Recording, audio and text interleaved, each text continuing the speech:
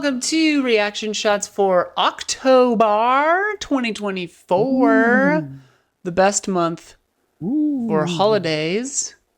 And there have been a boatload of horror movies lately. We're going to talk about some of those, I'm sure, and we're also talking about horror sequels, and we're going to talk about stuff we've liked lately. I am joined, as always, by Michael Huber. Yo. And first-time guest here, Wolfman. Is that? Hey there. Good evening. Long-time listener, first-time caller. Yes. We are joined for listeners by a Wolfman here. A Warren Zevon style. Yeah, your hair is perfect. Happy to be here. I spent a long time on the hair. A long time on the hair. Too much time on the hair. Very vain. Did you make this? It's so good. I realized when I walked up, there's a whole lot of animal prints going on. Like, too many animal prints. And then I realized, like, these are just my, like, victims on display. Oh, okay. Yeah, you're wearing leopard print. You got a zebra back there. Yeah. Just, There's a green fur. That's probably a creature of some kind. Yeah. Creature. Still got a headache, Hubie? How you feeling?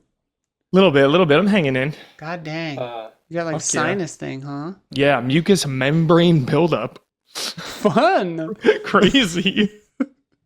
Well, all right. Blow your nose sometimes. I know. I have been told that it's a thing. People say nobody blows their nose more than me. Like, I've got tissues definitely do. That sounded like a... You blow your nose a shitload. But I blow my nose quite a bit. Nobody blows their nose more than me. Yeah. I am the nose blower. I had an ex-girlfriend who told me that she had never blown her nose. What? And I was like, that cannot be true. That's like people that have never thrown up. It's like, what? How? Seinfeld never blew up.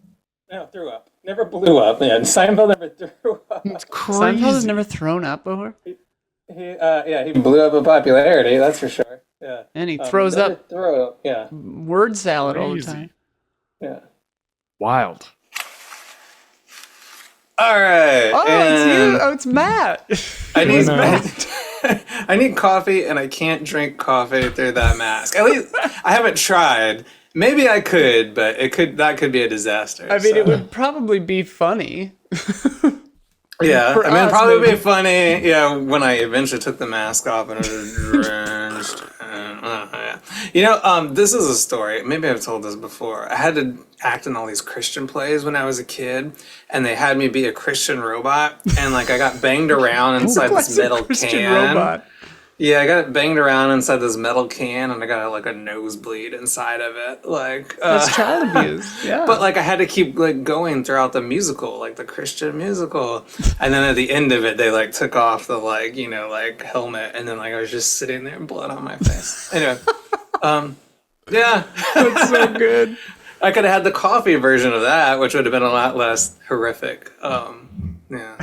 Anyway, happy Halloween. Happy Halloween. Yeah, this month we'll be discussing our various religious trauma.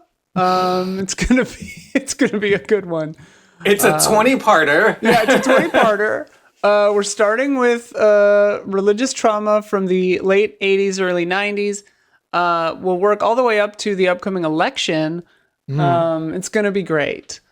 Now I'm sad. Anyway, no, we're not doing any of that because fuck all that. We are going to talk about movies. First of all, we will talk about what we have liked lately.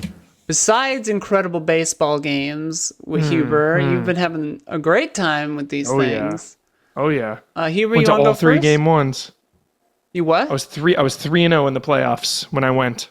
I went to all 3 game ones. Round 1, round 2, round 3, game 1, game 1, game 1. Win. Sup. I kind of understand what you mean. It must be you. Yeah, you're the reason the Dodgers are having good luck. Good vibes all around.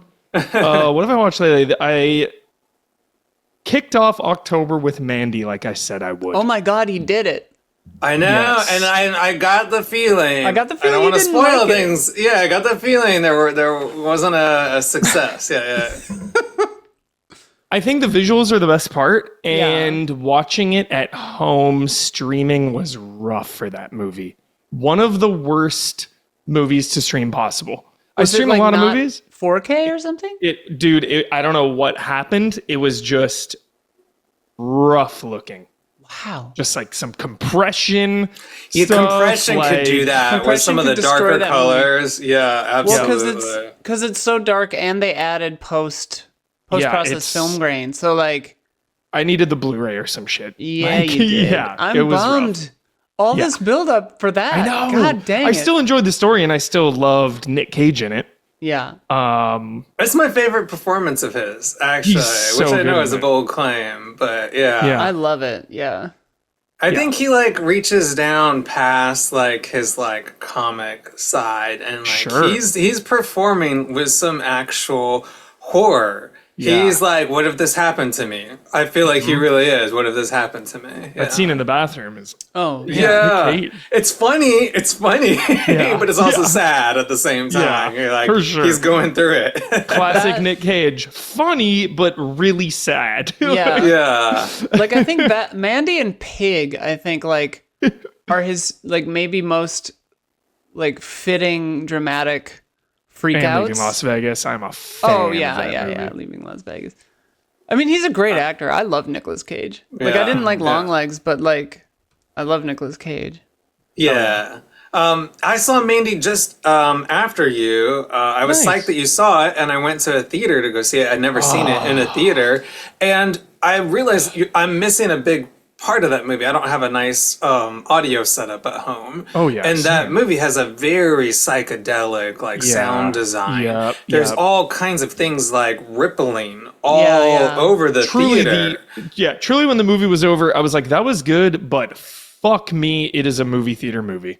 It really was, because I mean, like, I hate to use this word. I can't think of another word for it, but it's a trippy Yeah. movie. It's like things are like washing all around, and like, you know, they're Definitely. swimmy and ripply, and I'm sounding like I'm at a Grateful Dead concert saying this, but like it really is. That is a movie that all about different moods that it's Yeah. going through, and the sound design was incredible, and it does 3D spatial location based sound design, like a very well designed video game. Like I imagine, Yeah. like Alan Wake with good headphones on or something like that. Totally. So, and I was surprised by that. I wasn't expecting that, and it added a whole lot to the experience. That is like when I saw 2001 in the theater for the first time. Oh, yeah. I was like going in, oh man, I get to see the visuals on the big screen. And then all of a sudden the sound starts hitting, and you're like, oh my God. The sound too. Oh my God. Like, whoa. Yeah, totally. Yeah, Mandy is, because I saw it, I think, in theaters, and it might have been a double feature with Beyond the Black Rainbow, because that's the same Yeah. guy. How was that one? Beyond the Black Rainbow? It's cool. It like Mandy's, I think, a lot better. Beyond the Black Rainbow, I really like it. But it's one of those where it's like there's a lot of really cool ideas. But like whether it's for budgetary reasons or what, it like not everything perfectly lands, but like got a banging soundtrack. Sinoia Caves made an amazing soundtrack for that. And it just looks really cool and weird. Like great use of a limited budget on that one. Nice. Yeah. That's cool. Yeah. I think he's the son of the guy who directed Tombstone. Nice. Whoa. I had no idea. Something like that. I don't want to get too into it, but I've been doing my chronological slasher films of release: Halloween, Friday the 13th, Nightmare on Elm Street, Evil Dead, and Chucky. Oh, in cool. order of release. Well, that's great for this And- episode then. Yeah, Oh, cool. and every single time I watch that original Halloween, it just gets so much better. Because it's like the prime example of its reputation precedes it, where if you've never seen Halloween, you go into it and you're just like, yo, this is the Halloween movie. This is Michael Myers. This is like the killer of all killers. It's going to go through and kill people. And it's just like the most restrained, realistic, not flashy movie. And I think that catches people off guard. And originally, I remember watching Halloween in like high school for the first time, and I was just like, wasn't that great? And just like every single time I come back to it, I'm just like, this is the best of all time. Those POV things fuck me up. Sorry, Ali, you go ahead. No. those? The POVs are the POVs. Oh my God, yeah. Very uncomfortable. When he's down with the laundry, I'm like, oh my God. That whole sequence is so good.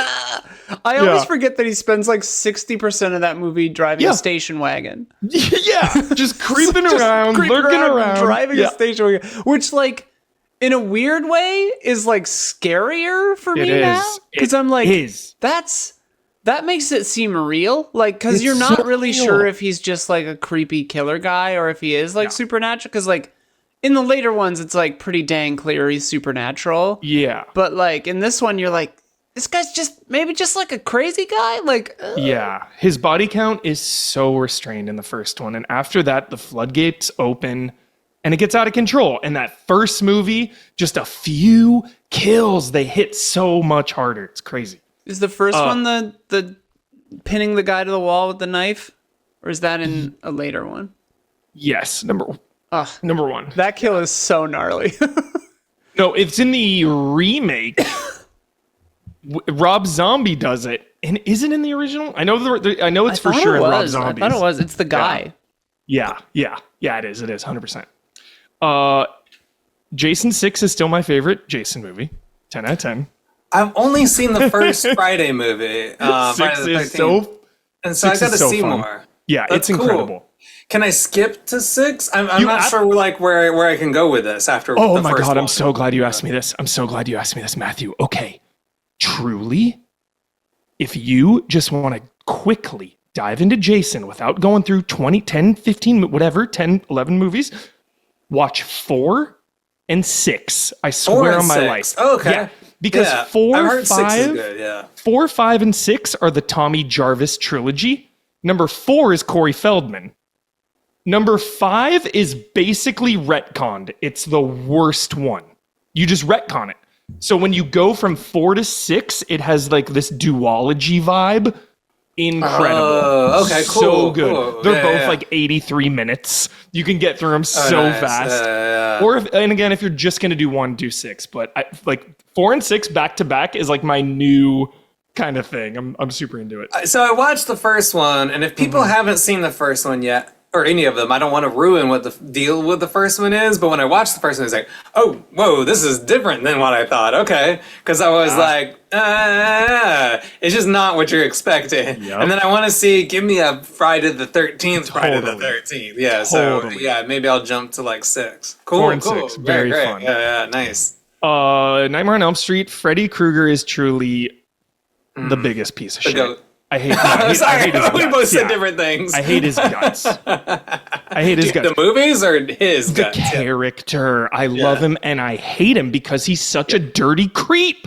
Yeah. Oh, yeah. Like Michael Myers. Nasty. Yeah. Like somehow Michael Myers and Jason are just like masked killers. They just kill. It's like, oh, that's fun. But like Freddy Krueger is fucking disturbing. Well, he's vaudevillian also, God. You know, like he's putting on a circus act a little bit. Yeah, he gives me the creeps, and it's uncomfortable.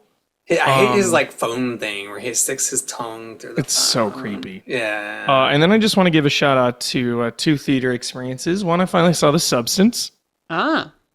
Really liked 90% of it. 10 out of 10. Yeah. Don't want to say what the other 10% is if you're still planning on seeing it. Which edge of the movie? Where is that 10%?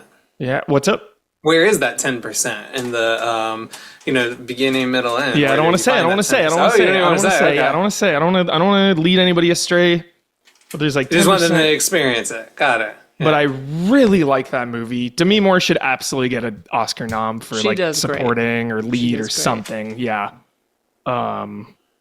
Really I would say I like 60% of the movie, and 40% kind of leaves me cold. But the parts I do like, I'm like, yeah, it's pretty good. It's pretty darn good. I would definitely see it.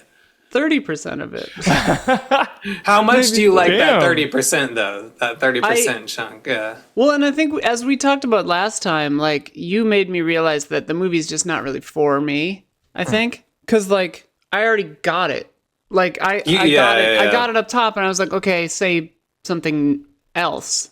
I already know this, and then like you made me realize, I think last time that like it's hitting you on the head, you know, so that everybody gets it. Like This is the most 10 out of 10 pilot criticism of all time. I'm here for it. Yeah. like we get it. Yeah, we get it. Okay. Like the classic. Perfect. If it's not pacing issues or I totally get that. Yeah, I we get it. that. And and you're gonna say about that. Yeah, like expand on that. Like totally. Yeah. You're so right. It made me think of They Live. You know, John Carpenter's They Live. How there are these big, you know, like words everywhere when you put on the glasses. And it's just, that one is very much in your face. It's like, yeah, duh. Like, obey, consume. It really is like that movie. There's not a lot of subtlety in They Live. There really They are isn't. pretty similar now that I think about it. They Live is cool, though. Like, I love They Live. Yeah. I mean, They Live is probably better, but like, I don't know.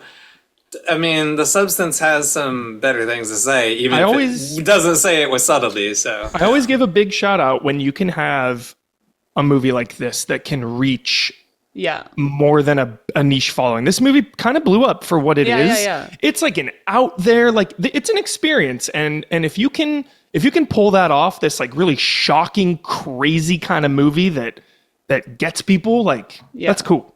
Like my thing with the substance is like, even though I was kind of bored for most of it, I loved it, and like I love that it exists. Fun ride. Yeah, and like I'm glad that it's getting popularity and is doing so well. If you know, because I think it is a well-made movie generally, and like there's a lot of good stuff in it, but also like I love practical effects, and I love body horror, and I love women leading things, you know, and if this makes that come back at all, like then hell yeah. Yeah, the effects were sick as hell. Yeah. Quickly throw on Nosferatu, 1922. Nosferatu, the remake's coming. Threw that on, and I'm just, when I was watching it, I thought of Patrick Stewart in Logan when they're watching Shane, and he's like, this movie is almost 100 years old, and Nosferatu now is over 100 years old. It's just old. It's just a crazy sensation. Old yet? Yeah, it's just truly a crazy sensation watching it. It's so funny because there was a couple scenes in the movie where in the movie I'm watching it, and I thought it was like the middle of the day, and then the words will come up, and it'll be like, "You're late. It's almost midnight." Yeah, and I'm like, I thought it was 1 p.m. Dude, there's still some shots in that movie that are really freaky. Like him behind the door in the hallway. I'm like, oh shit! Like this is legitimate. That one, there's like 3 or 4 that are just like, whoa, by the bed, like that really one's so good. Yeah, you should Murnau is. Oh, go ahead. You should see Werner Herzog's basically shot for shot remake. 10 out of 10. It's actually really good. I want to watch it badly. They're both great. Herzog's one is great. There's more rats, I think, in Herzog's. A lot of rats. I want to watch it. The soundtrack is so beautiful. And then even Shadow of the Vampire with Defoe. Yeah. I want to watch that one too. I've never seen that. Yeah. Yeah, that was okay. Of the 3, like the other 2 are better. But yeah, they're all worth watching for sure. Yeah. Shadow of the Vampire I saw as a teen, and I remember kind of like, I was like, yeah, this is cool, but then I like forgot about it. Same. This I hadn't watched this since like I hadn't watched this since like college or whatever, film class, and it was like I was like, oh, it's fine. But then now I actually sat down. I actually took the time to like watch it. I was like, I'm gonna fucking just watch this. That rules. I love that. Dude, I'm like over the moon for the new one. I'm so stoked for it. I'm so ready. I'm so ready for it. So excited. And then lastly. Oh, go ahead. Go ahead. I was just gonna say Murnau, like the fact that like what's which director's name? Eggers. Eggers. Yeah, the fact that he loves Murnau so much is just like very encouraging because Murnau is one of the best directors we've ever had in world history. And like if you like Nosferatu, I can't recommend his Faust adaptation enough. His Faust is like so. It's like very enchanting. Like it had. If you've ever seen this thing in like film, like edits where it's montages where it's this dude opening the cape, looking over the world, looking very evil. Yeah, that's from Faust. That silent movie. It's just as cool as Nosferatu. It has like so many incredible sequences. I think like if people saw as much of it, it would have just as much of a place as like that moon shot stuff that's like so like held Journey to the Moon or whatever. Yeah. Like it's great, and by the end of it, it has like a really uplifting, like it's an incredible life, or it's a wonderful life. No, it's a wonderful life. Kind of like feeling like it's a great moving movie. So I recommend that also. If you like Nosferatu, want more of that feeling, check out Faust. Yeah, his Faust is so good. Sick. I haven't seen that one. Sick. Also, have you ever heard of it? Boys in the Trees, Matthew? Have you ever heard of this one? I've not. What is it? Boys in the Trees. It's like a 90s skateboarding horror movie in Australia. What? No. I it was really sweet. Yeah. I just wanted to give a quick lip service to that. It's like it's a horror movie kind of, but like more like spooky drama rather than like overt horror movie. You know what I mean? So coming of age movie. Boys in the Trees, super good. Boys in the Trees. Boys in the Trees. That one's like one of my sleepers. But then lastly, one of my fucking immediate favorites, Smile 2. Oh yeah, that was the whole reason we're doing this episode, is you were jazzed about Smile 2. I need to know about this. Yeah. I need to know about. First up at the top, she won't, but Naomi Scott absolutely deserves an Academy Award nomination for this performance. They don't do it for horror, but no, people they do not deserve it for horror. Yeah. And it is unacceptable. If there was ever going to be a time to like Toni Collette Hereditary, like break these walls down, like this is up there with the absolute best of them. Wow. She plays this pop star, and classic pop star, dude, the pressures of society and everything, pressures of a woman. She's like this really famous pop star, goes through some shit. This movie has it all. It has everything you want from a horror movie. It has just an incredible lead. It has Rosemary DeWitt as her mom. Always love when Rosemary DeWitt shows up. 10 out of 10 actor. It's over like 2 hours and 20 minutes, dude. This thing is an epic. There's incredible levels of gore. There's R? Hardcore rated R. Oh, wow. Violently R. There was a 5-year-old in my movie theater. No, I don't judge. Why? I don't judge.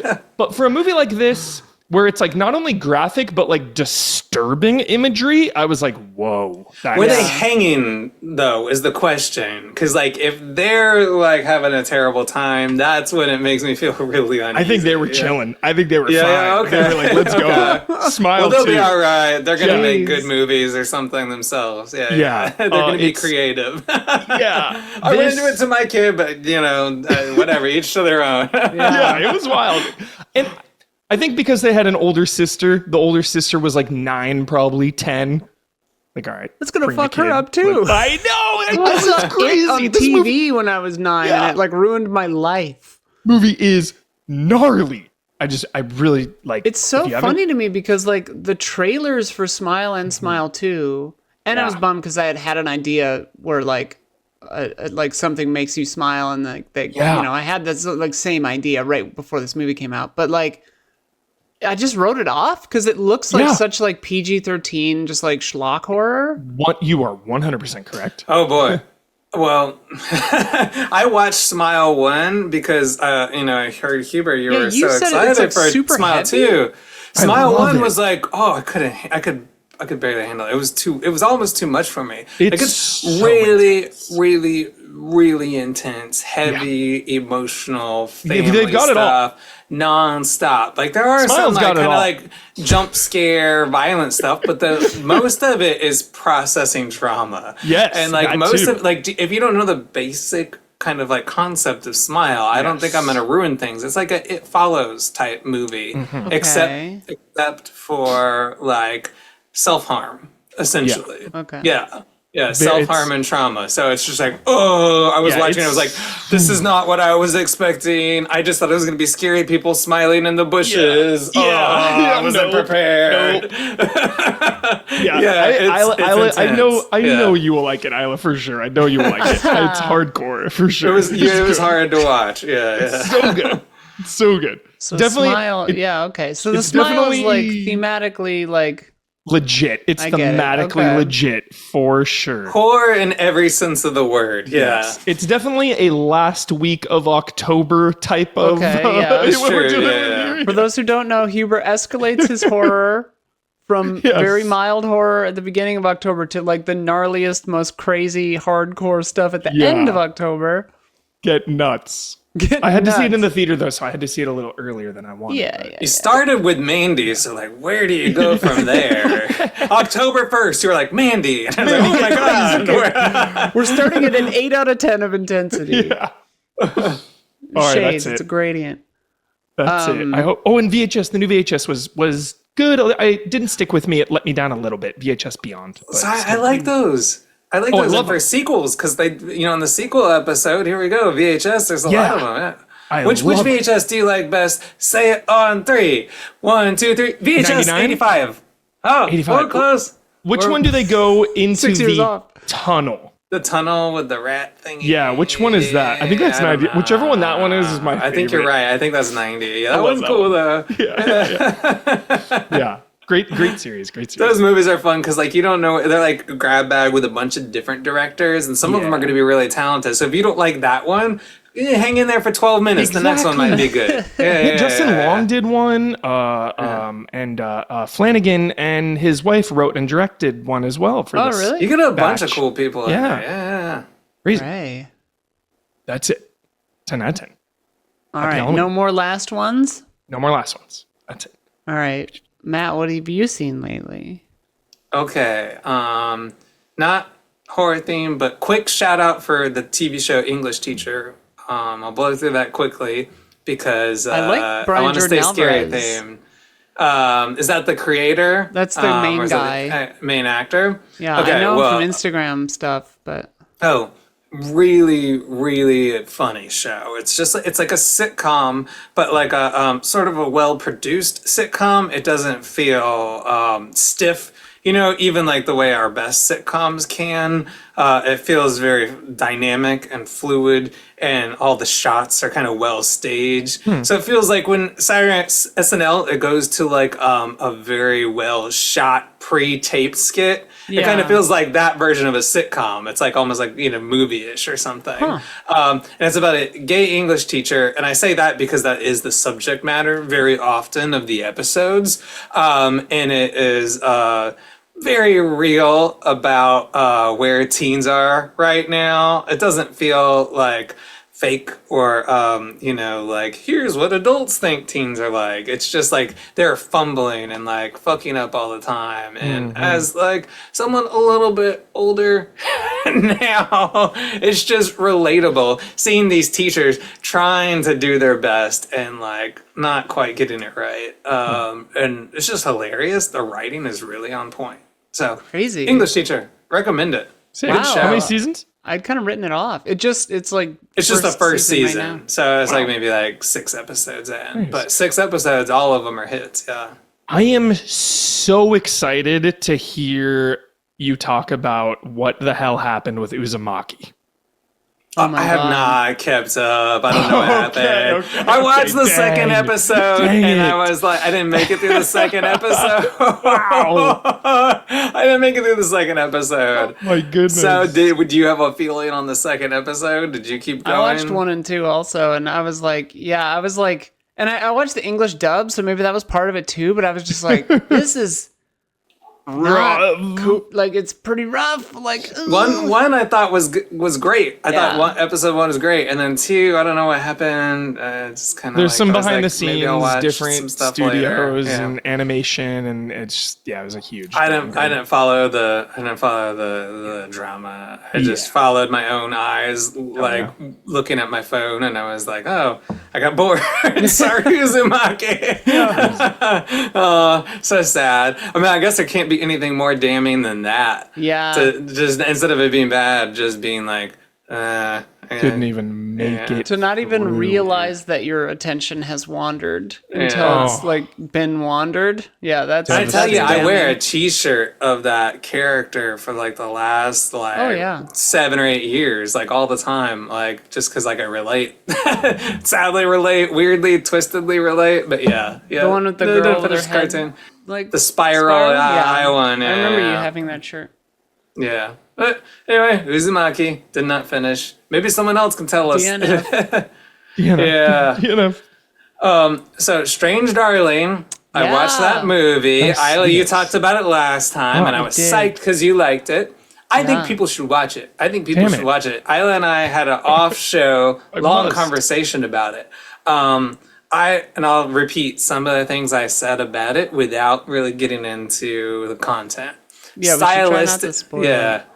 Stylistically impeccable is the phrase I use. Sick. Really, really, really on point with the style.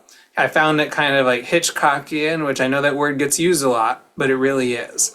And $6 on Amazon. That's good. Maybe I'll watch that. Yeah, it's worth it. It was super worth that price. watching. You're going to be on the edge of your seat the whole time. You're going to be entertained. Fuck yeah. Okay.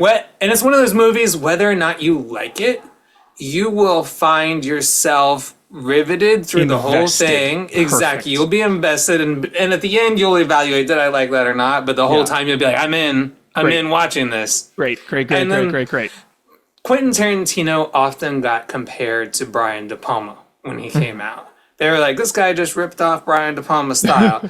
But, Quentin Tarantino also offered his own things, Yeah. I feel like this person had that kind of thing to him. I can't remember this director's name, but borrowed things from Quentin Tarantino, but in a useful way. It didn't feel like just...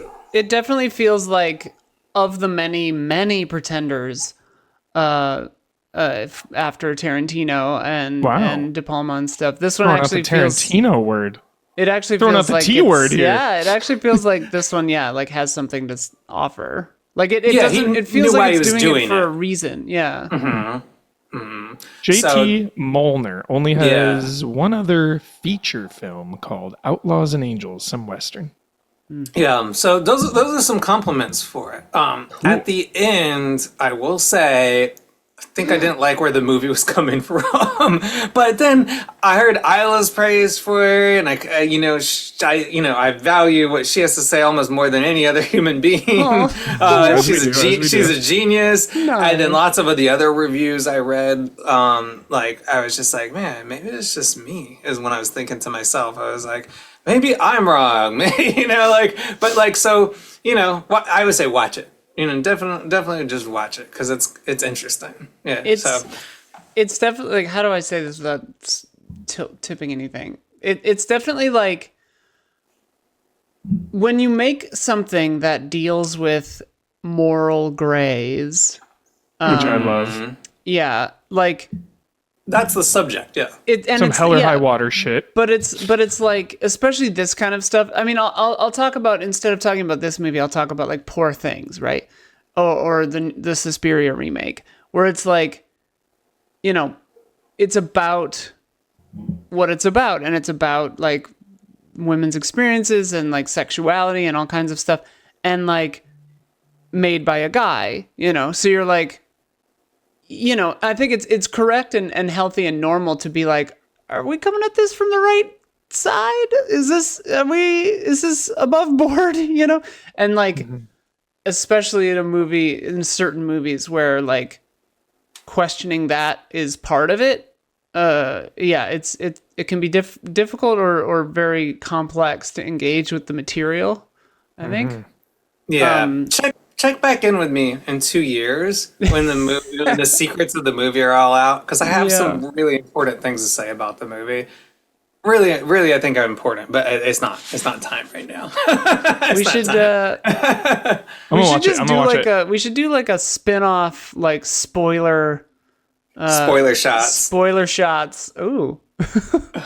Like episode where we just like talk about all the movies we've wanted to talk about and spoil the shit out of them. Yeah.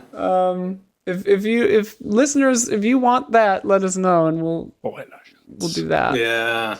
That'd be fun. I saw Violent Nature. That's I liked it. In I like that one. a Violent Nature. In a Violent Nature. Yeah, that's a fun one. You saw it, Huber? Yeah, of course. Oh my Slow God. paced, which I appreciate. Yeah. Oh yeah. And hardly Settle into it. any music. I don't think there's I any know. music.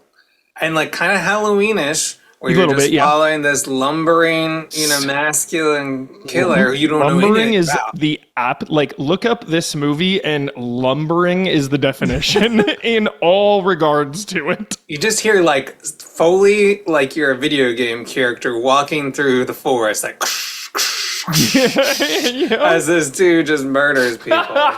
But it's like almost like it makes you sit with these things, and you Yeah. can't escape to the music. Your brain can't escape to the music. It doesn't let you have the release of scary Gritty. music. You're just there with what's happening. You're in there with the characters, in there with a murder, and like, oh god, yeah, no flinching. And some of these murders are like Mortal Kombat shit. Great, some good fatalities. Yeah, exactly. They're fatalities. Yeah. I was like, okay, it's over. They murdered them. I was like, no, it's just started. It's like, no, that was It's phase one starting. of the kill. Yeah, I was like, oh, I was like watching this at 2 a.m. I was grabbing the couch next to me. I was like,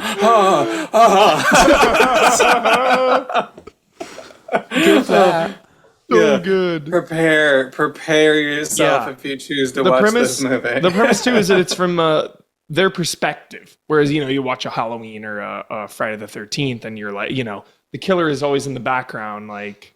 But a lot of this stuff is like the killer is like going through. Oh. Yeah. So is it like Maniac, like literally the killer's perspective, or is it just like? It's kind of an interesting angle. Like it's almost like a low angle shot behind them. Okay. So it's like a tracking shot low to the ground. A very peculiar choice, but I think one that pays off. And like it ends up saying things that I'm still kind of wrestling with. It's almost like, okay, like what's the point of murders and horror movies after this? It's almost like we reached the finish line. What do we do now?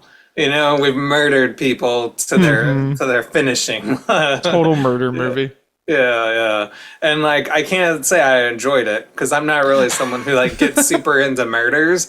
Like it shook me. Like the legit shook for sure. Yeah. I'm not someone who gets super into murders. Me neither. I love a good murder. Love a good corpse. Yeah. Well, that's okay too. And here's one for you. Yeah. So I saw that. Oh, but speaking of, I'm not into murders. Please trust me. I also watched the Terrifier movies.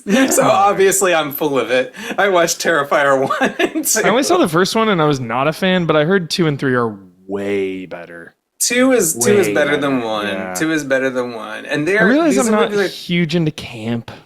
Yeah, these movies are beyond tasteless. But he becomes like a Freddy Krueger type dude. Very, very Freddy Krueger, Chucky reminiscent. Very, very much.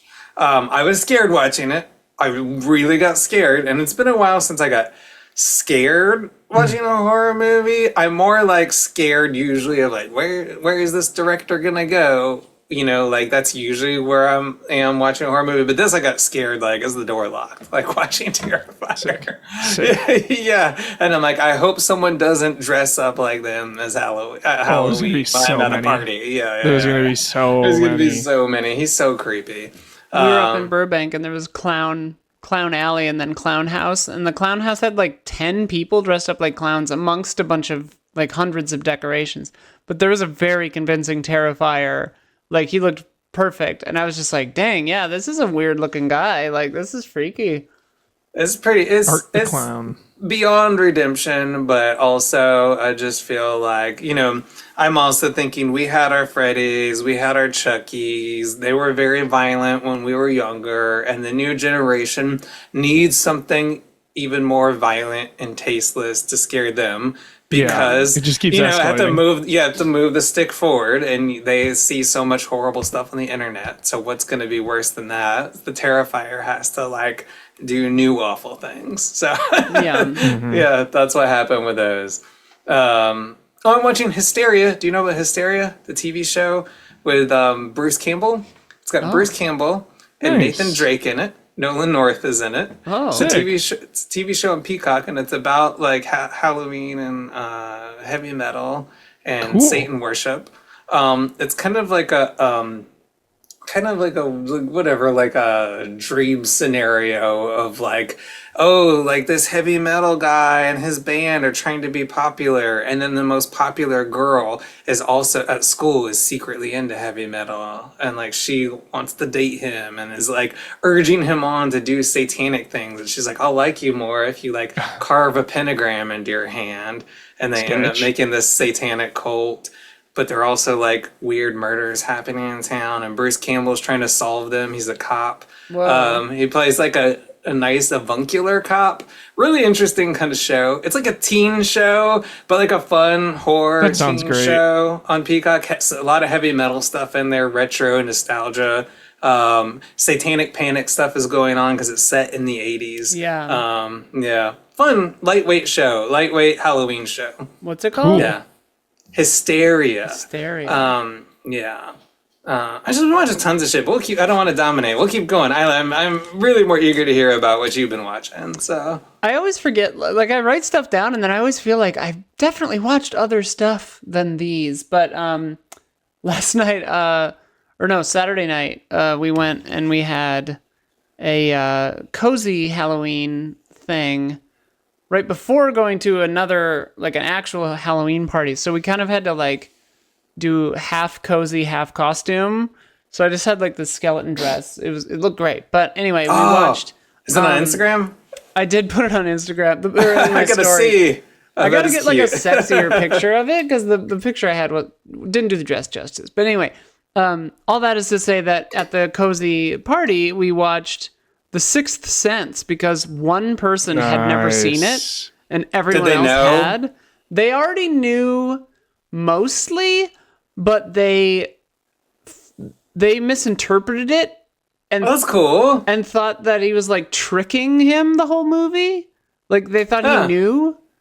I'm trying to explain without ruining it. If anyone maybe a listener potentially doesn't know. Yeah. what we're talking about. But what I realized about The Sixth Sense is like it's incredible. Like I always knew it was really my good, God. but That's it's good. like it's really It's a good. 10. It is really good, and like It's the good, yeah. pacing is so deliberate, and like scenes just like there's a lot of show don't tell. There's a lot of really interesting character stuff, like but especially between Toni Collette and Haley Joel Osment.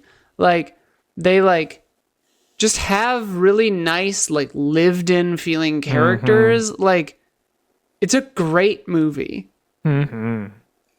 It's The thing about Shyamalan is like even the bad ones, he has this ability to really just suck me in. Even the ones at the end where I'm like, I mean, I haven't seen The Happening since the theater, but worst movie ever made. like But 7 out of 9 times I just like can't look away.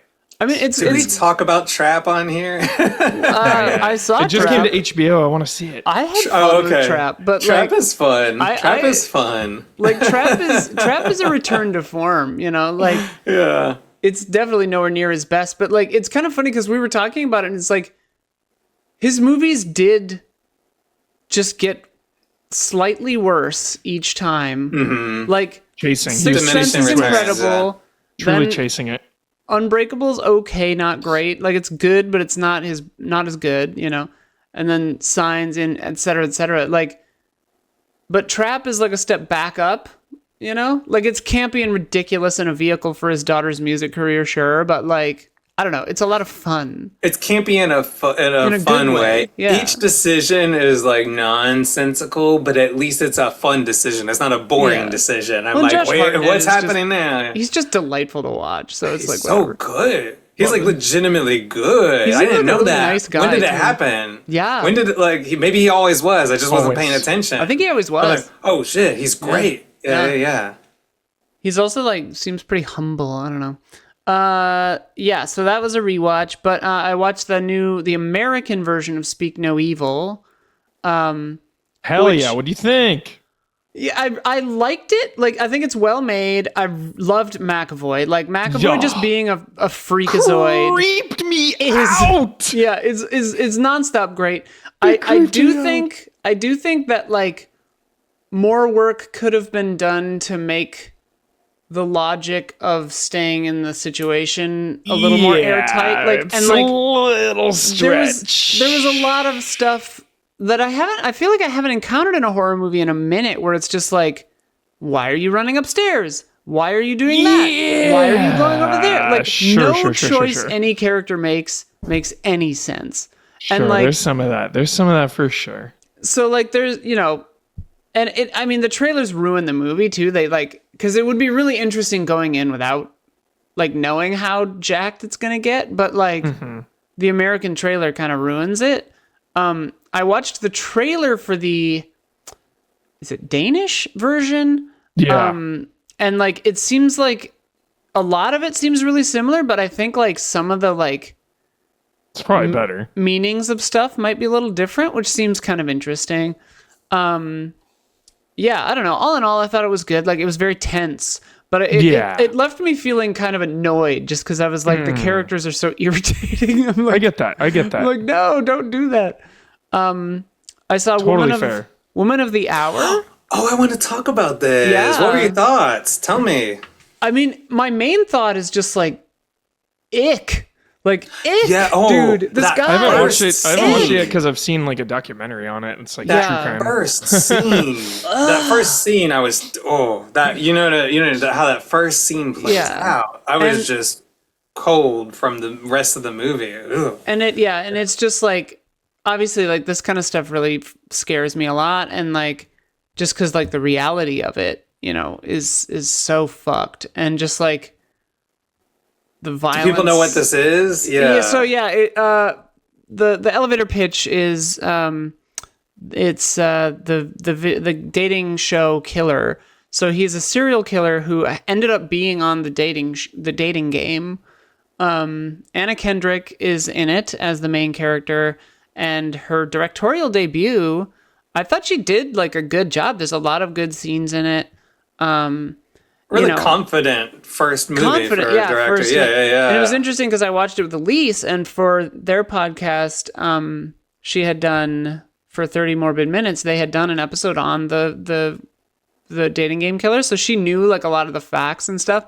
And so she was like, okay, they're changing this, they're changing that. He was actually contestant number 1, not 3. Like, so it was really interesting. Yeah, there's someone who's into it. She like, knew all the facts, and like, obviously, like, they gassed a few things up for entertainment value, but a lot of it was like 1-to-1, like stuff that he actually said in real life is in this movie. And it's just like, it just makes you feel so bad because it like introduces you to the victims. Like, you get to know and like all the women, and like, and something terrible is gonna happen. Yeah, and it's all so, as soon as you see them. Yeah. I'm glad that the movie didn't, because you never ever need to show like assault stuff.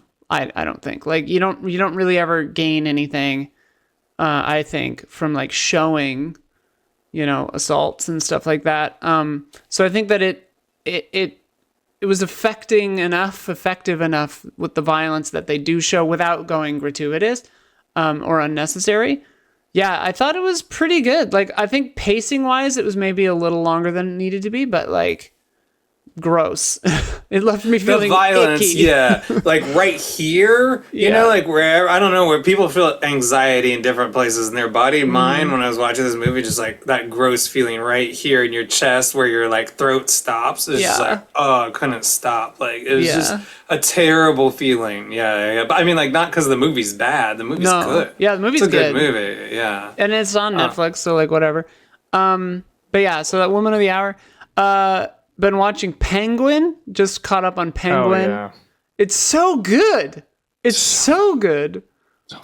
I've had a Batman heavy month actually, because I caught up on Penguin, and the other day after a stream, that day where I was feeling all depressed, I came home and I just laid on the couch and watched 9 episodes of Batman Caped Crusader, which is awesome. Incredible. It's so good. Also, Batman is back, baby. Yeah, Batman I have to never shout leaves. out my close friend Bryce, who I adore. He's such a close friend, and he's writing for that news show. He's going to be on the second season as a writer. And just for congratulations Caped to Crusader? him.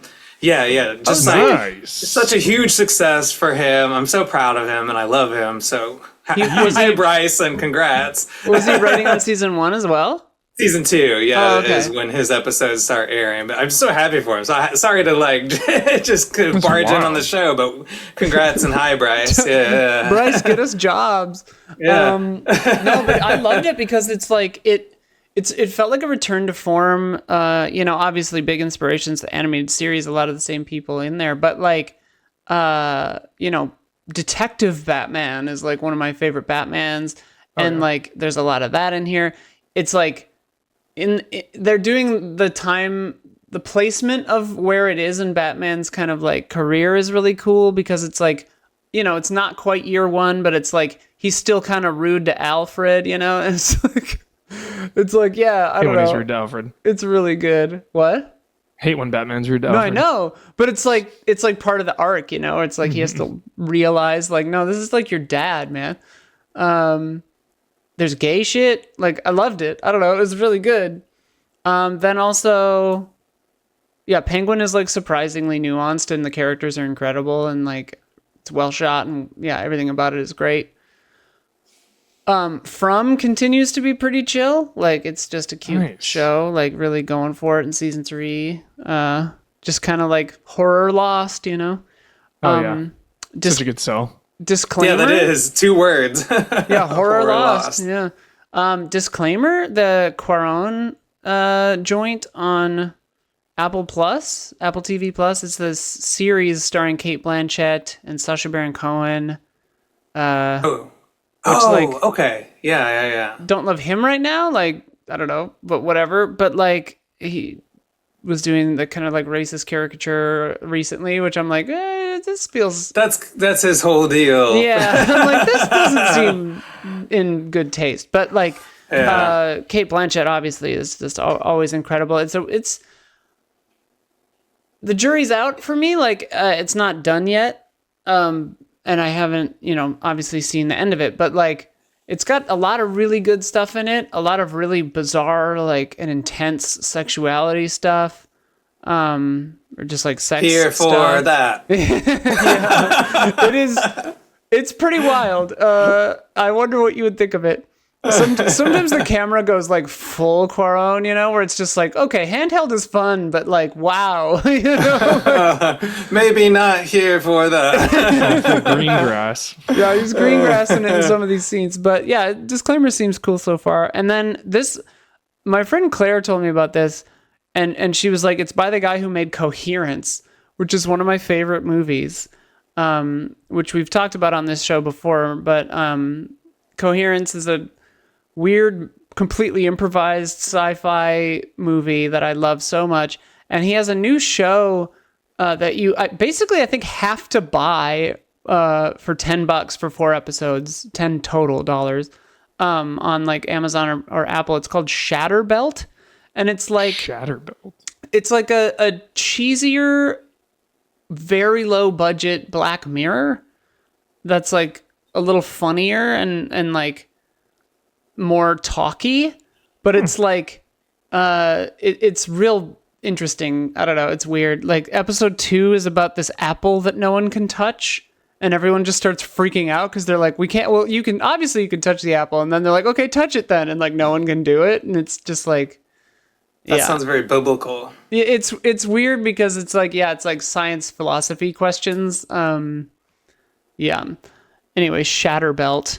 Shatterbelt. I like That's a that good name. name. It It, is sounds a like really an good NES game. The intro, Yeah, the, Isn't it like, Shatterbelt? the logo is so weird. It feels like he made it in like Windows Movie Maker. It's like so bizarre. It feels so Nice. I out like of time. But that aesthetic is cool. Yeah. That aesthetic is great. Yeah. Anyway, we've been talking for an hour about stuff we've seen lately. Are we ready to get into the topic?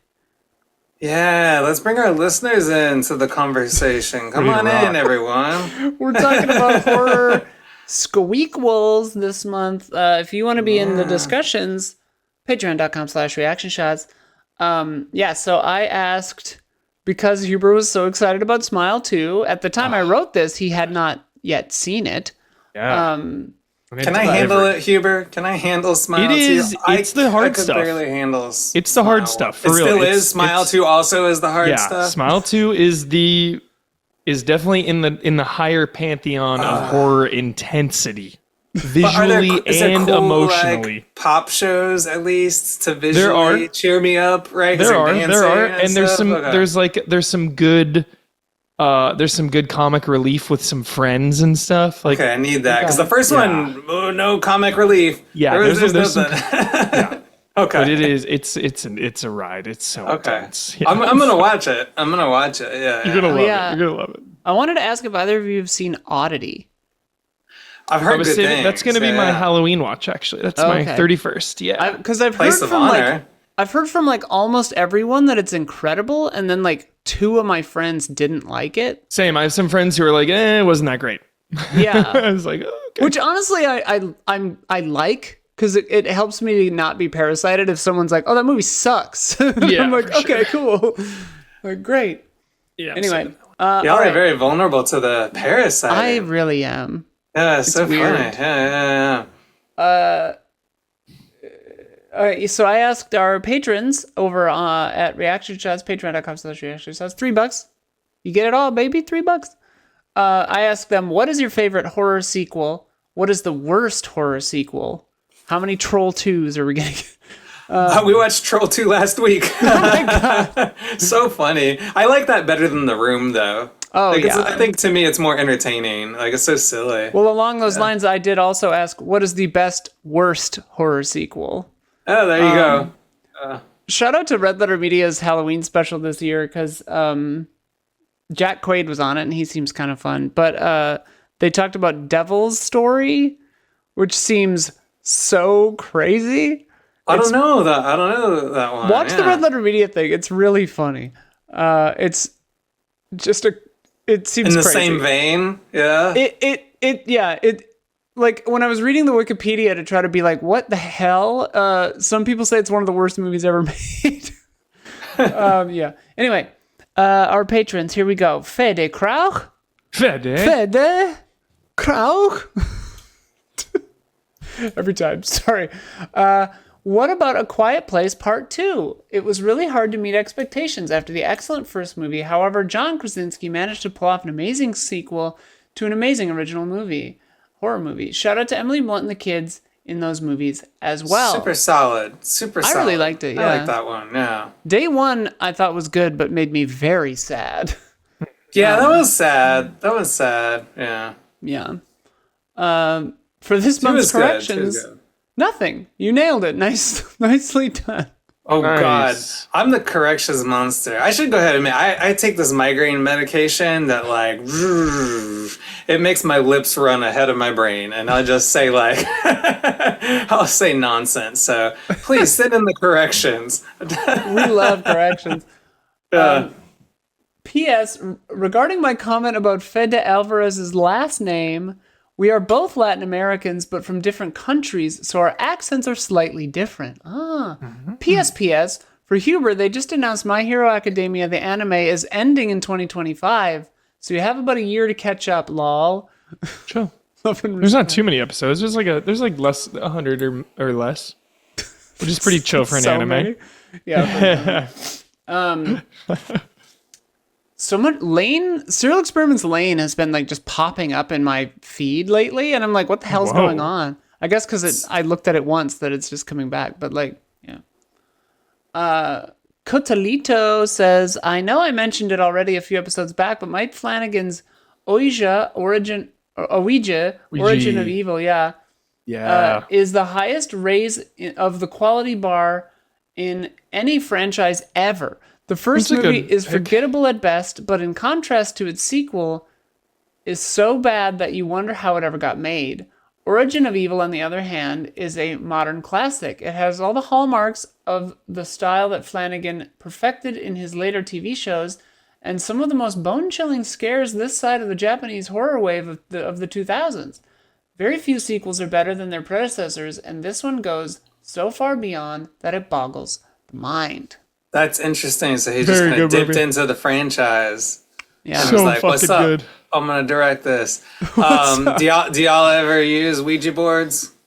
I've never I got done one it. behind me, like right there on that pillow. Oh, That's yeah, a you Ouija. do? That's a Ouija board pillow. Heck yeah.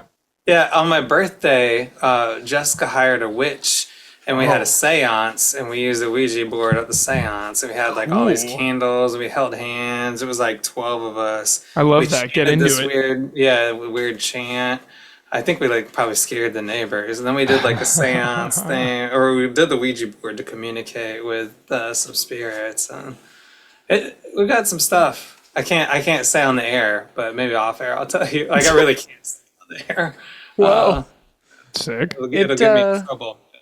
It's weird because, like, you know, it's funny because I don't believe in God or any of that kind of stuff, but like I was raised Christian and like, was told like don't mess with that stuff as like a 5-year-old. So I was like, okay, and like I've had enough unexplainable experiences that I'm just like, why poke the bear? Like I don't need to, So I always figured I'm like, yeah. Well, gonna poke old it. me, Isla. I poked all the bears. We wrote a movie about it. Oh, new me tries to not do that. Yeah. Hellbound Hellraiser 2 is another favorite. Much like Aliens, it expands on the original without leaning too much on it. And can we get some love for Predator 2? Yes, it's Hell cheesy, yeah. but it has so many great moments in it. Oh yeah, Predator Let's 2. get some. Wait, is a sequel? It has to be number 2, or can it be like number 3? I number think it 4? can be any of them. Yeah. Okay, chill. Because Predators, I have backed since day one, and I will Predators is forever sick. back Predators. Yeah, Predators. I I like watched- Prey. I watched And Prey for the Prey first time. Badlands coming out last next week. year. You watched one? Prey last week? For the first time. It's good, Holy dude. shit, it's fucking great. Yeah. It's I'm gonna say it's the best one. I don't care. I think it's incredible. the best one. I wish think it's that the they best one. had I think it's really cool that they had the I can't remember the native language they were speaking, but excuse me. A But, different version, right? The well, yeah, dubbed they one, had the dub, but I kind of wish that they had just filmed it in that. Like, and then like had the English And then as an had the option. English that kinda would dub, have like, really that would have immersive, been- wouldn't it? Yeah. but people would have been like, meh. It was so good. And Jessica doesn't usually watch Predator movies. And she was like so into it. She's like, oh, they're going to go over there and do this move and do this. Like she was like, she was more into it than me, which is great for like a horror action movie. Cause like, I don't know, like it's just cool Yeah. to see her get into something. But like, that's like how like, and like open arms that movie was. It was Yeah. like, this movie is for everyone. Whether you like Predator movies, whether you like horror movies, whether you like action movies, we just like movies. Like we're telling a good story here. Yeah. Like all are welcome. And like, I love was that cool. main woman who is in Legion also. She's really cool. Yeah. The next one's going to be Mad Max. Mad Max Predator. Versus. It's called Badlands. It comes out next year. Are you serious? You mean it's Or just really legitimately a world crossover? It's Predator Badlands, and it's in the Wasteland. I can't believe The it. That Wasteland? sounds. It's in a wasteland, not like Okay. actual Mad Max, That but it's in sounds like a the wasteland. coolest Yeah. thing. Elle That Fanning, I sounds think. like. That sounds it's like things Elle we would talk about like on the playground when we were in elementary school. Fan Like fiction, they should make like 100%. they should make Predator and Mad Max together. That's amazing. That It's is not so literally cool. though. It's just No, in no. a post-apocalyptic. Yeah. You got me, Huber. I was So so I'm sorry, I'm excited. sorry. Yeah, you introduced that in a weird I thought it was way, like, Huber. well, they do Aliens I'm versus sorry. Predator, so I thought, Yeah. why not Predator You're right. versus I'm Mad sorry. Max is the next thing. Damn it. Now I'm like, who would win, Mad Max or a Predator? They $100 should, million though. budget. Dan Trachtenberg returning and Elle Fanning. Yes. $100 million budget? Wow. 100 mil. Good Well, for if that. this one's successful, they should take your idea. You said it here first. Yeah. Dude, film a post-credits tease with I know, no kidding. Tom Hardy or something. There's still Let's time go. for it. There's still time for it. Yeah. Yeah, we'll run it up the ladder. Yeah, I got people at Netflix. I'll tell. While traversing a wasteland, two sisters discover their horrifying past. Bum, bum, bum. There you go. I do truly believe that Mad Max as a character, he's more of like a myth, he's not actually like a guy. So like he would win because he doesn't really exist. But yeah. Anyway, worst sequel in my opinion, this is Codalito still, is Blair Witch 2: Book of Shadows. I was just talking about this. I want to rewatch this. It's made by the same guys who did You're Next and The Guest, which I love. So Your Next is cool. Yeah. Yeah. They say I've only seen it once, and I understand that some people call it underrated nowadays, but I remember it lacking any sort of tension and just feeling unnecessary. But it had a cool bridge to the house. I remember that. That's all I remember. Honestly, I wasn't that into like Blair Witch, but I see why it was so cool at the time. I didn't see it at the time, which is my mistake. I saw it like last year, so that's why I didn't like it. But I can see why it was so cool. I can put myself in the mindset. I fucking just love found footage movies. I love I was just reading them. about the top 10 found footage movies. They're so immersive. Dude, Creep's coming back as a show. I'm so hyped on I heard that. Creep was good. I heard Hell House LLC is really good. Hell House is good. Creep is real good. I love Creep. Yeah. WNUF Halloween special. I know I've talked about that on here before. That's definitely got to be right up there. Oh, is that the Late Night with the Devil kind of? Exactly. Exactly. Yeah, very similar. I think Late Night with the Devil took inspiration from it. Super fun. That's a fun one. Yeah, I've been wanting to watch that. The best of the worst that comes to mind is Howling 2, Your Sister is a Werewolf. It got mentioned recently, but just to jog your memory, it is the only direct sequel to the first film, but somehow completely retcons its ending. Features Christopher Lee as werewolf hunter Stefan Krosko. It features a sexy werewolf queen played by Sybil Danning, who engages in what best can be described as a furry softcore threesome. It is like a coked up, horny fever dream set in Soviet era Eastern Europe to the tunes of new wave quartet Babel. What the hell? I heard a lot of good words in there. Yeah. I heard a lot of important words. Yeah. I heard cocaine, furries, horny, orgy, something. What's going on? What do I need to watch? Howling 2, Your Sister's a Werewolf. Howling Check 2. it out. Okay, yeah. I'm Howling down. 2. But they said it was worst, right? Not the best worst. somehow? Best I don't know. worst. Oh, best worst. Okay. Classic anime of the month is Perfect Blue, baby. Oh, God. Perfect Blue is so good. Perfect Blue. I mean, yeah. The masterpiece. Satoshi Kon. I'm so sad. I'm still never going to get over. So sad. I saw Perfect Blue in theaters a couple of years ago. I've seen it a bunch before, but seeing it on the big screen, I noticed so much detail. Yeah. Too young to lose Satoshi Kon. Such an important person. But he was working on this huge magnum opus thing and didn't finish it. Yeah, when we lost him. I hate hearing that. Yeah. Anyway, Paprika is one of my favorite all time movies. Oh yeah, I like that one. Paprika's so cool. Yeah. Anyway. Continue. Zorg Love, favorite sequel. Day of the Dead is my favorite horror sequel and an easy recommendation to zombie fans. I also want to shout out Final Destination for having several good sequels and Saw for its genuinely engaging mysteries and misdirects.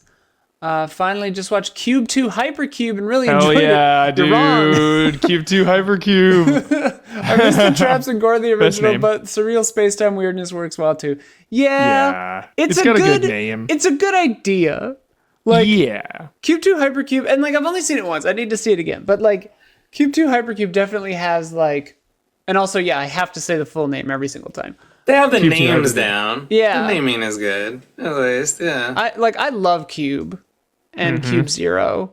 And Cube 2 Hypercube had some great ideas. I think that just the reveal is lame. It's a cop-out, kind of. Best worst sequel is Jason X. It's supremely stupid, but really Jason fun. X. You hate Jason X? Hate it. Always will. I don't like camp. That's the space one, I don't right? like camp. Yeah, I don't like camp horror. I've realized that is space. Jason my X, hottest take of all time is I'm lukewarm on Evil Dead. Huh. Even the remakes?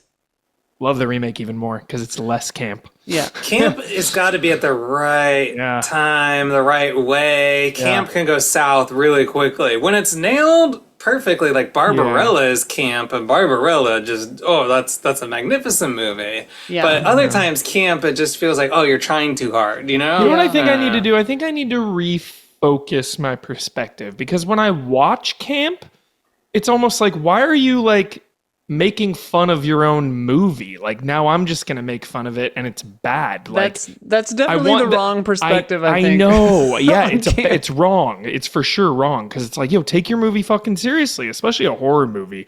Like, to me, horror is intense. To me, camp is like drag, where it's like you're accentuating it and kind of celebrating it. And like that involves humor, and it involves going all the way like with the gore and stuff, but like in a theatrical way. You're like showing Evil the Dead 2 theatricality of it. Evil Dead 2, good. It does it well, you know, when like just buckets of blood just like keep spraying out of the ground. It's like, okay, all right.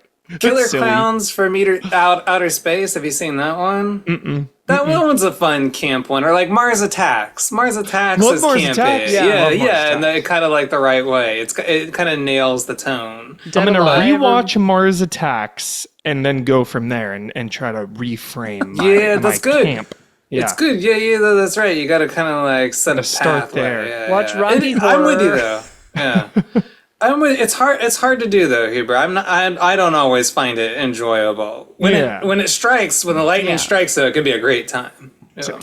For me, sometimes it's like a little bit of camp can make something for me. Like 80s horror is great for this. You know, like even Hellraiser, or like, I mean, Freddy to me goes real campy, but like, yeah, he is. He's super campy. It's like very camp, but like, yeah, sometimes just a little, like Attack the Block, weirdly, like, because the effects budget was so low that I'm just like, I love this, but it knows what it is, you know? Yeah. This is where you get the debate between Gremlins 1 and Gremlins 2, because Gremlins 2 is all camp.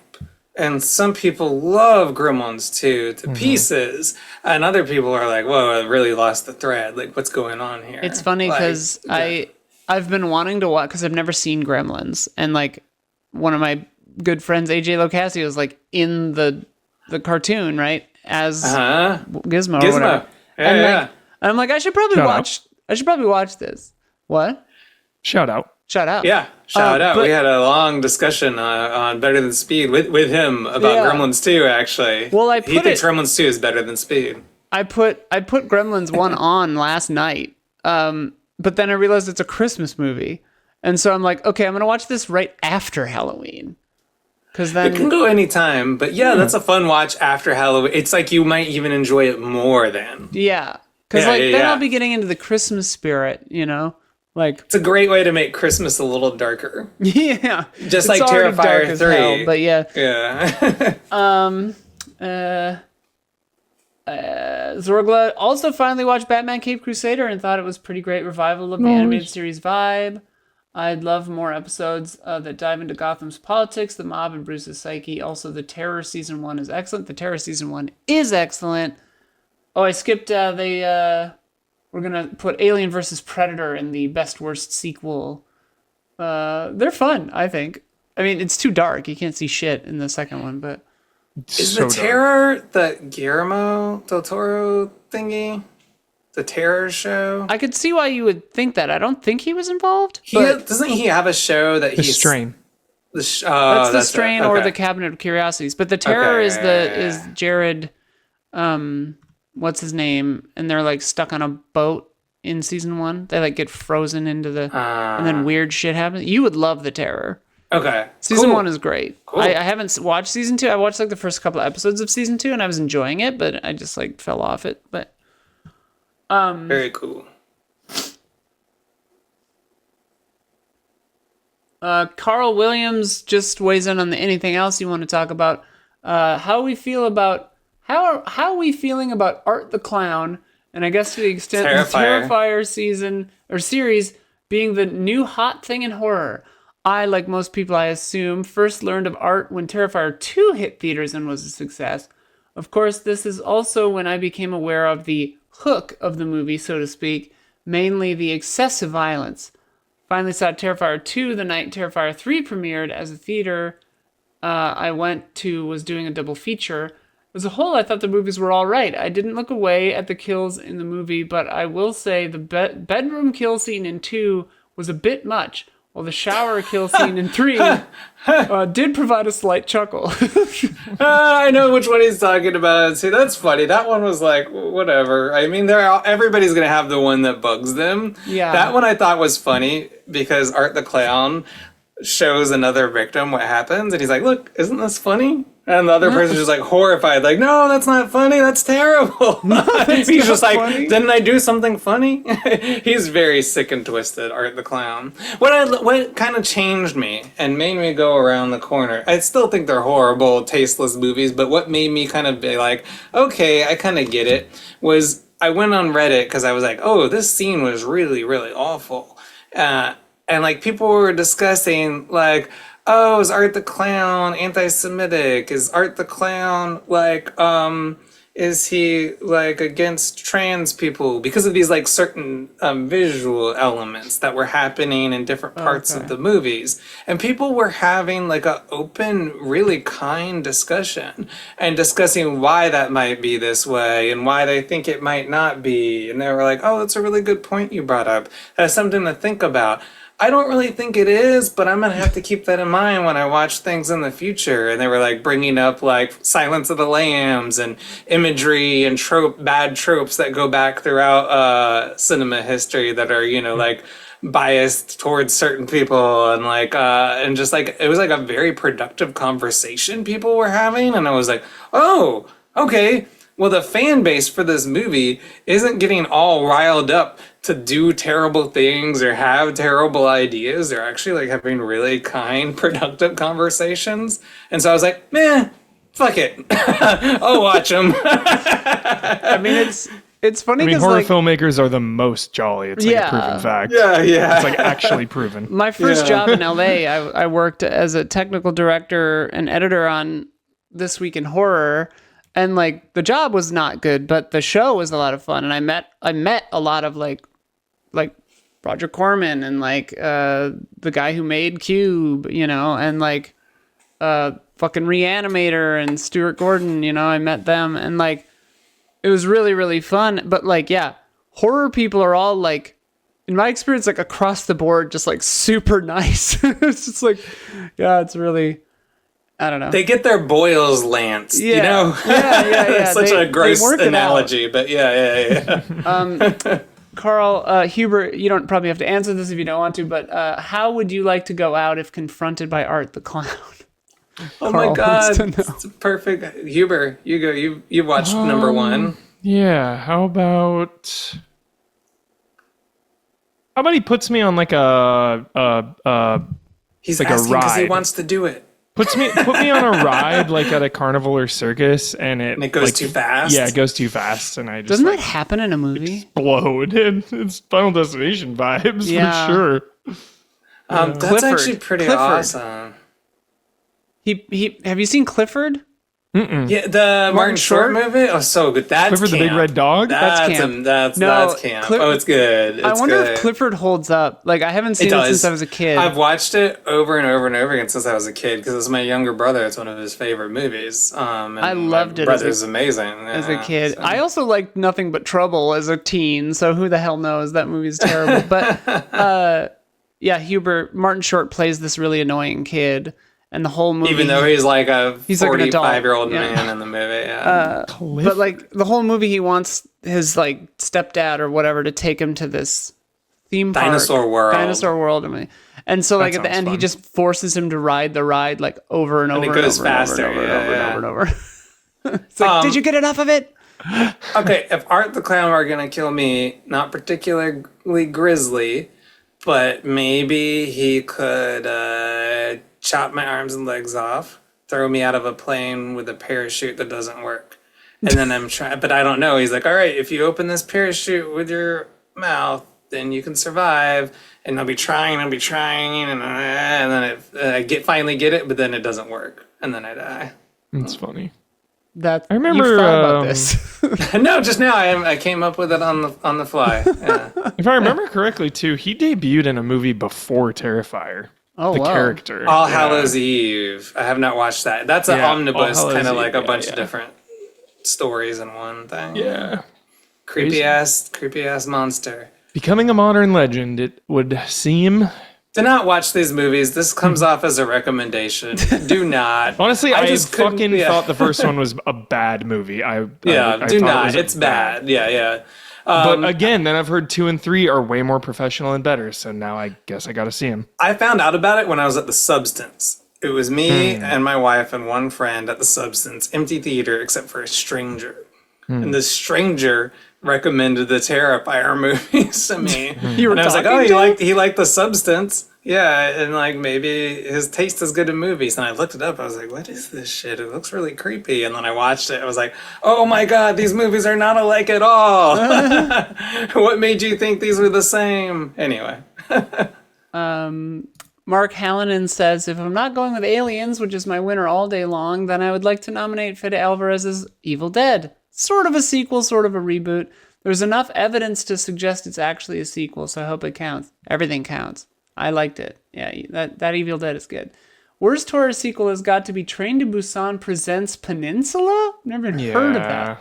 Not the Another most movie? Actiony, yeah, that was Presents lame. another movie? I guess. Yeah, this movie presents another movie. Not the most straightforward of examples, I admit, but I absolutely love Train to Busan, and I found Peninsula to be quite aimless chore of a film. Yeah. And the CGI, my gosh. P.S. In answer to your question from last episode, I am not Dan Stevens, sadly. This is the person whose profile looks exactly like Dan Stevens. Well, congrats. My profile picture is from... it is Dan Stevens. Okay. My profile picture is from a poster for The Guest, an absolutely essential Halloween watch, IMO. They're playing it at the Alamo right now. I fucking love The Guest. Nice. I have the sequel soundtrack right over there for the fictional sequel. To tie it into the theme of the episode, The Guest is sort of got a sequel in the form of a fully fledged soundtrack to an imaginary sequel that does not exist, but fingers crossed one day we get the real thing. Yeah, funny I brought that up before I knew. It's very funny. Oliver Leland says Evil Dead 2 is my gut reaction. Dr. Sleep is one I have so much admiration for too. Me too, Huber. I know what Huber's talking about. No, I get it. I get it. Containment. You both get it. You both get it. I know you both get it. I know you both get it and respect it. Yeah. Dr. Sleep is good and Rebecca Ferguson is great. But I respect bet it's so But I fucking respect good. it. I know. I've seen the only thing I've seen in that movie are like images of her character, and it's like, oh, She's incredible. so fucking awesome. Yeah, she's great. She's so good at it. But Huber wants that, what's it called? The Tesla cage. Yeah. Faraday Faraday cage. Faraday cage. Yeah. Faraday cage, yeah. Gravity hasn't even found you yet. Yeah. The worst horror sequel would be something like Halloween 2, where no one enjoyed making the movie. It needlessly makes the original less interesting. Laurie is Michael's sister. Why? And stands out, like a sore thumb between Escape from New York and The Thing in what was otherwise a nearly spotless run for Carpenter. The best bad horror movie is probably Troll 2. There it is. It's a good He didn't guess. direct Halloween 2, though. He didn't direct Halloween 2? No, he only wrote it, I believe. They used a soundtrack too.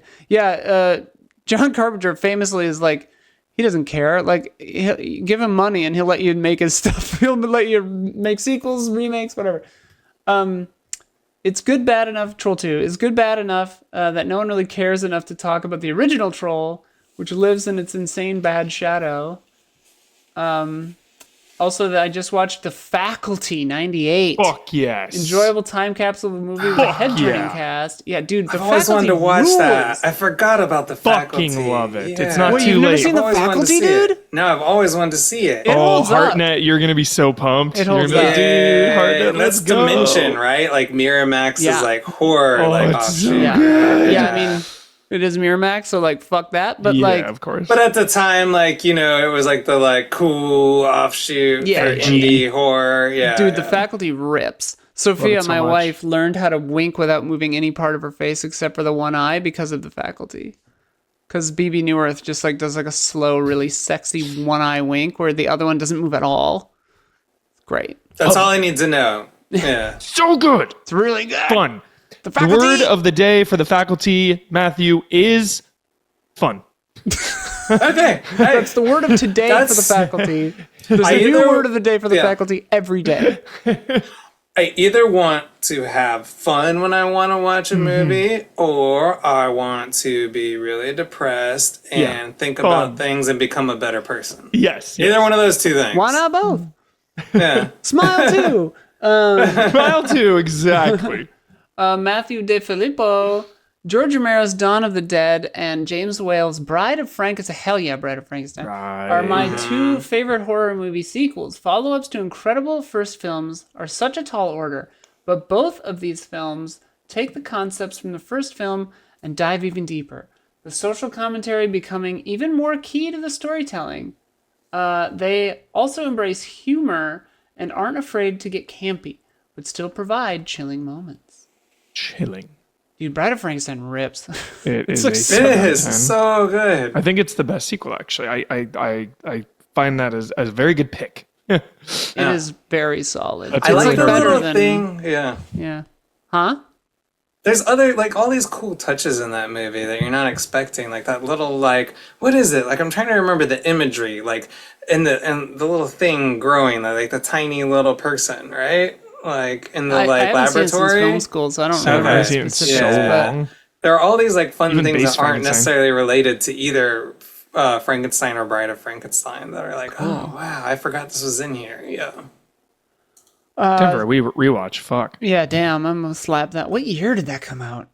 Like 35 or yeah, some like, shit. like 38 or something.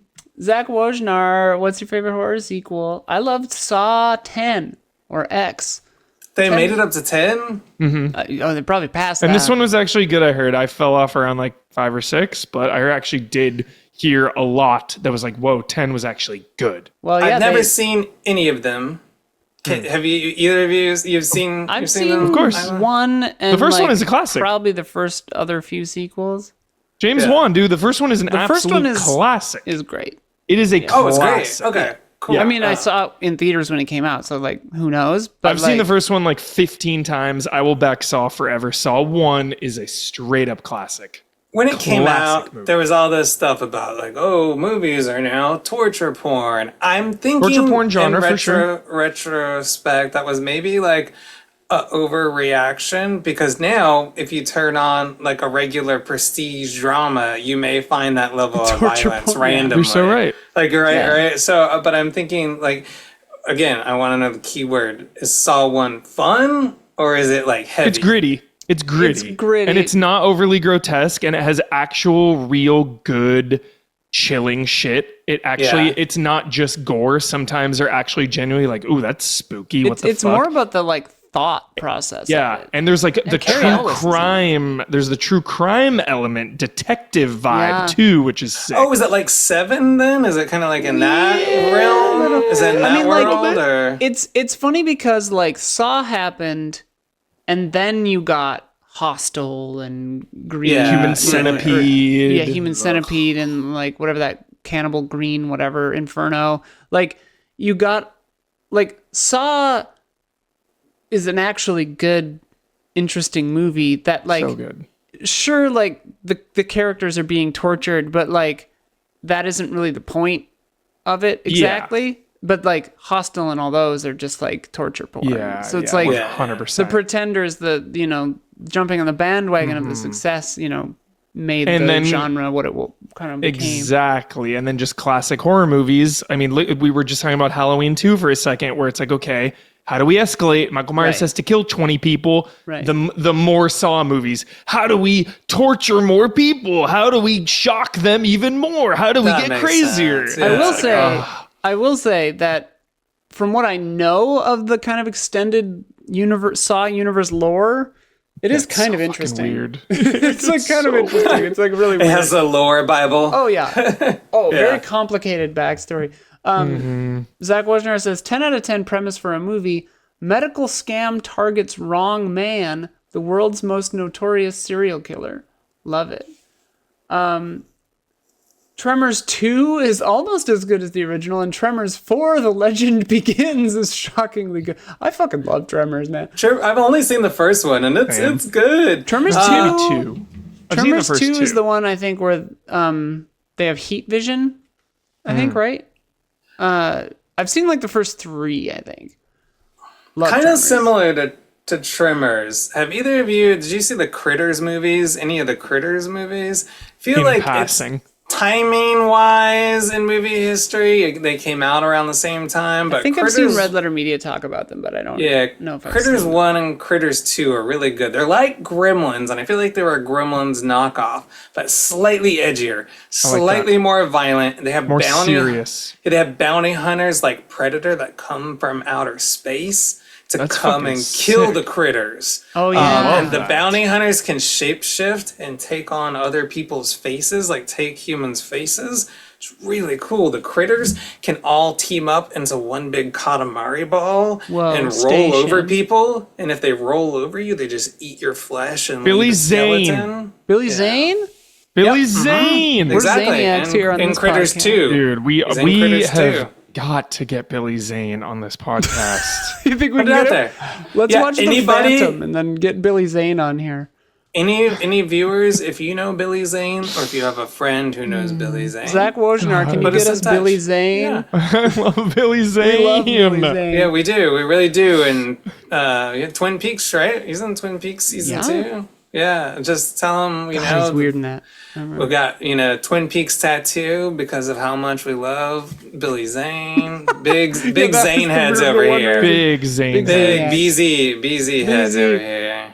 Zach Wojnar also goes on to say, let's give a shout out to Piranha 3D, which, while not really a sequel, is delightfully nasty indictment of the viewer's lust for sex and violence, kind of like punishing a smoking teen by forcing them to smoke a whole carton of cigarettes.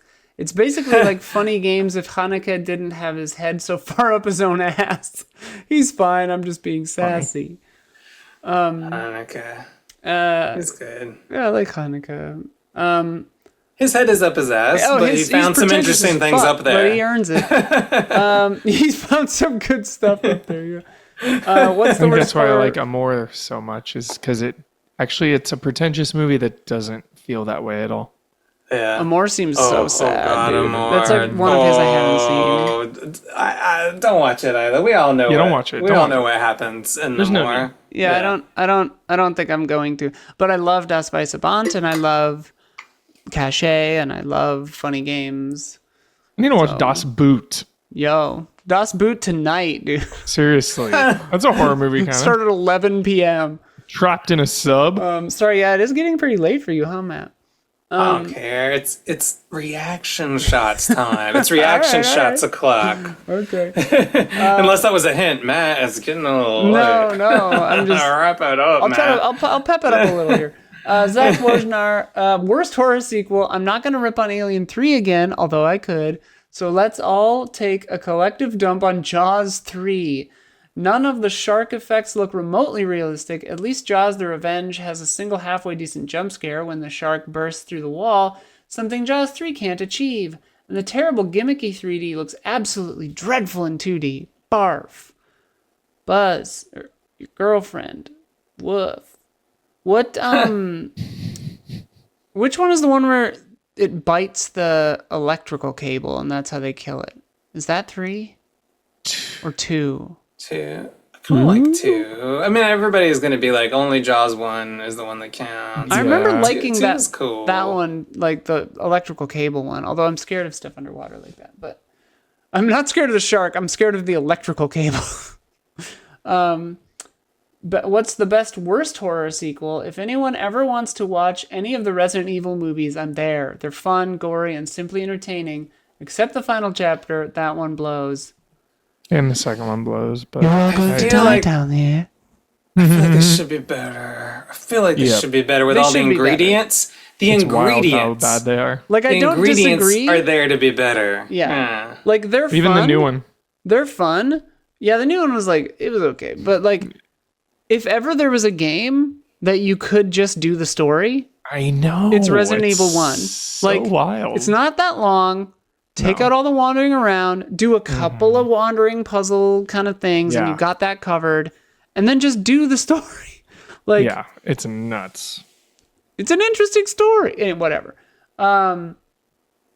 Somebody recently asked me if I were to make a movie of Bloodborne, what I would do.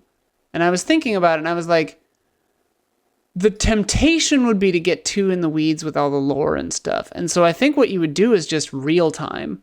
Basically do like Dread. Oh, real time is cool. Like you're just like going from, and like maybe that character can have their own kind of like goal. And obviously you have to have more than one character, like they talking and stuff. But like just getting through it in real time, I think is what I would do. Anyway, neither here nor there. I just thought of it. Anything else? I covered New York Comic Con for Screen Rant.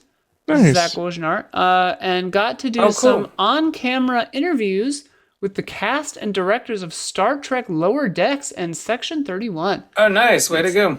It's definitely a milestone for my career, and I know that my dad, a lifelong Trek enthusiast who passed away in 2020, would have gotten a real kick out of seeing me talk Trek with the people who make Trek. Oh, way to really go. Nice. Yeah. And I've read some of your articles and interviews before, and they're really cool. Yeah. Well, congrats on this. Isn't Jack Quaid in that too? I think he is. Lower Decks. Garrett Hullfish says, do they count as sequels if they were released back to back? Yes, because Fear Street. Oh my god, I love Fear Street. Fear Street. Because Fear Street is an incredible trilogy of horror movies. I remember it being the biggest surprise of that year, and I would love to dive in for another round. They're making more. It's coming soon. Is it soon? Like next year. Okay. I Soonish. love Fear Street. I think we watched those because of you, Isla. Like, really? Right when they first came out, I heard you saying they were good, and I was like, Jessica, like we should give these a try. Isla likes them, and she's like, all right, we'll give them a try. And we were just like, so good. Yeah. And our friend Oliver is in the opening. He's in the opening sequence. You may have met him, Isla. Yeah. He's like a tall guy. Yeah, probably at a birthday thing. But he's just like in the the little high school thing that's all red in the like opening title sequence. Yeah, there's one of those faces in the random like yearbook because he worked at the like effects house as an AE. He's listed as AE on the movie. Yeah. Jealous of him. It's a great movie. Dude, I love Fear Street. They're like that to me is like such good, like perfect, like cozy horror where it's like just scary enough, but just cozy enough and just emotional enough. Like, I love it. It hits so many like marks correct. Like the violence is just scary and rough enough where you're like, the stakes are real. The stakes are high. There's one kill in the first one where even still I'm like, oh, I'm like, and I like that character too. So it's just like, They kill people who you do not want them to kill. Oh, for sure. You're like, don't kill them. They also do like, they do like a fake out. So you think they're safe and then they just destroy them. Yeah, exactly. Yeah, good trilogy. Oh, and the way they hang together so well. Yeah, it's so fantastic. Good. All timer. Yeah, all timer. One of the best like. I think I might have been like, oh, hell yeah, like out loud at one of the title cards in the third one. I won't say what, but like, I was just like, oh shit, like, All right, the needle tracks are good too, yeah, or needle drops. Yeah, like all the like music's needle tracks, yeah, not the needle tracks, yeah, not the needle tracks. Yeah, one character's really having a rough go. Garrett Hullfish continues to say, on the opposite end of the spectrum, I love the Saw series for an entirely different reason. I watched the entire series for the first time over one weekend, Jesus. And it's a roller coaster of quality and retconning. I think I ultimately love the wacky ride, but I definitely miss the tight storytelling of the original. Yeah, the original seems like disciplined. It's only James Wan one. Yeah. All right. Continuing here, Uzi Suicide 666. Brazil, 1964. Jose Mojica Marins unleashes one of the greatest horror films ever made in At Midnight, I'll Take Your Soul. 3 years later, he produces perhaps the greatest horror sequel of all time, This Night, I'll Possess Your Corpse.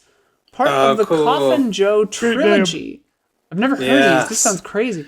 I have heard of Coffin Joe, but I haven't watched these movies. I knew Uzi was going to recommend some stuff that Something, I'd yeah. absolutely never heard of, probably from like Vinegar Syndrome or, Yeah. one of those like labels that like releases really cool old vintage stuff. Thank you, Uzi. Yeah, so I guess the Coffin Joe trilogy, where a sociopathic, murderous undertaker will stop at nothing to conceive the perfect heir for the benefit of his own immortality. This is a flawless movie and perhaps the most violent made in black and white. For Marins to speak so aggressively against the church in a deeply Catholic 1960s Brazil is one of the ballsiest moves I've ever seen a director make. It also switches to vivid Technicolor midway through to depict the horrors of hell that Coffin Joe may soon face if he continues with his unholy, murderous rampage. That sounds really cool. Yeah, that sounds awesome. Yeah.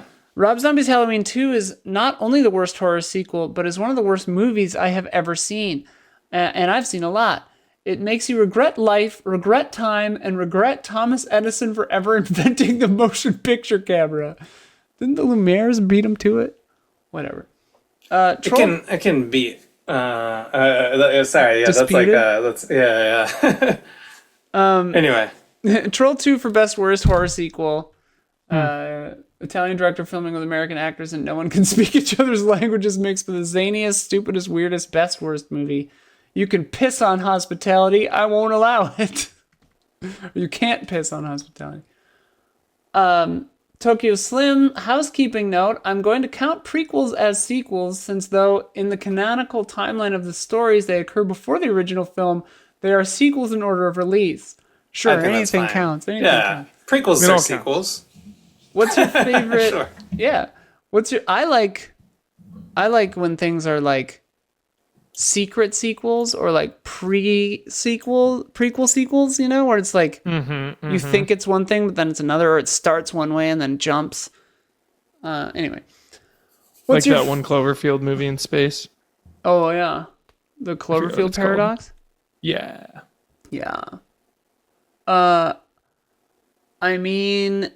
Okay. What's your favorite horror sequel? I mean, there's Doctor Sleep and the other Flanagan joint, Ouija Origin of Evil, and I liked Pearl better than X. You also like Pearl better than X, don't you? Yes, I think while we're on the topic of X, and now enough time has passed, I can say this about X.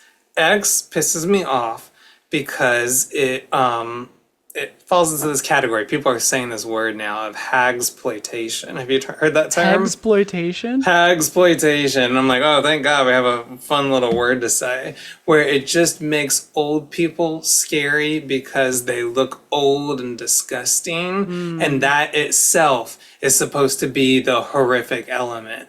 Right. Oldness is bad. Oldness is Taking horrible. of Deborah Logan. Get away from me, old person. Right. And that really pissed me off. It came out in the middle of like COVID being really terrible, and they were making really awful choices with public policy around COVID. And I was like, cool. And right in the middle of this, we're gonna have another horror movie that just says old people are horrific and can be, Yeah. I'm not gonna say like more about the movie, but anyway, thought the movie was pretty tasteless. But the trilogy, oh my God, the trilogy, does it go places? I love this trilogy. It's so worth it. It's so worth hanging in there. The characters are incredible. The character of Maxine, the character of Pearl, and where the themes go throughout the trilogy. I'm so glad I didn't give up. I'm so glad I stuck with Pearl. Mia Goth's performance in Pearl is probably the best horror performance I've ever seen an actor do. Wow. And I know that's a tall claim, but she gives a monologue in this movie that just is mind-blowing. Like, mind-blowing. I can't, like how you were saying for Smile, that deserves an Academy Award. It really does. Yeah, I felt like that year Mia Goth deserved one because it was a better, like, So much performance disrespect for than, horror. yeah. Yeah, it's really hard to nail horror acting, and like, just imagine the range that you have to do for that and be convincing. Like that's so hard for acting. Anyway, and I know you know Isla because you're an actor. I was once. Yeah, and I rewatched Maxine. Maxine's fun. Maxine's great. Would you recommend X Pearl Maxine or Pearl X Maxine? Release I would order or recommend story Pearl order? because Pearl's not gonna fuck anything up if you watch it by itself. you'll just be like, oh, maybe I'm curious more about the stories. That was an amazing movie. And decide where you want to go from there. But Maxine, it heavily refers to X. Okay. Pearl can be kind of standalone, but see if you like Pearl and ask me more after that. Okay. Pearl is incredible though. Maxine Cozy Sleaze or Sleazy Coz. Sleazy Cozy Sleazy. Yeah. And Kevin Bacon, he's this New Orleans. I was just gonna dude. say, I heard he's great in that. He's so good. And I was hanging out with two friends from New Orleans last week. They're from New Orleans. They spent decades in New Orleans, and they were like, Kevin Bacon's nails his New Orleans accent. Oh wow! I was like, oh, that's high praise from people from New Orleans because that's a hard accent to do. Yeah. Anyway, I'll conclude my talk on that trilogy. Come to love it, even though I hated X. So well, that speaks well of the other two. yeah, it's like Tom Wamsgam's accent in Succession. I remember someone saying they thought his accent was bad, and I'm like, no, his accent is perfect. He's someone from the Midwest trying to hide that he's from the Midwest. Like, he's nailing it.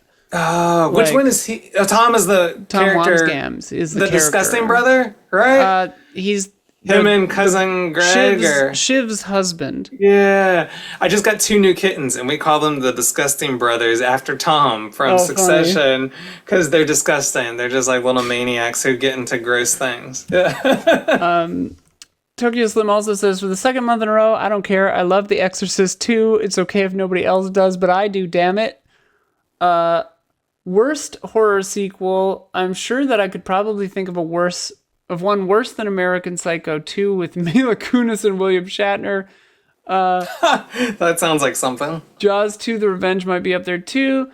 The only one where you learn that sharks are actively hunting down the surviving members of the Brody family, and Ellen Brody has a psychic connection to the Great White that's killing off her family. What is with them putting psychic connections in horror movies, dude? Jason, they one love of the Jason psychic movies does it too. It's so crazy. Yeah.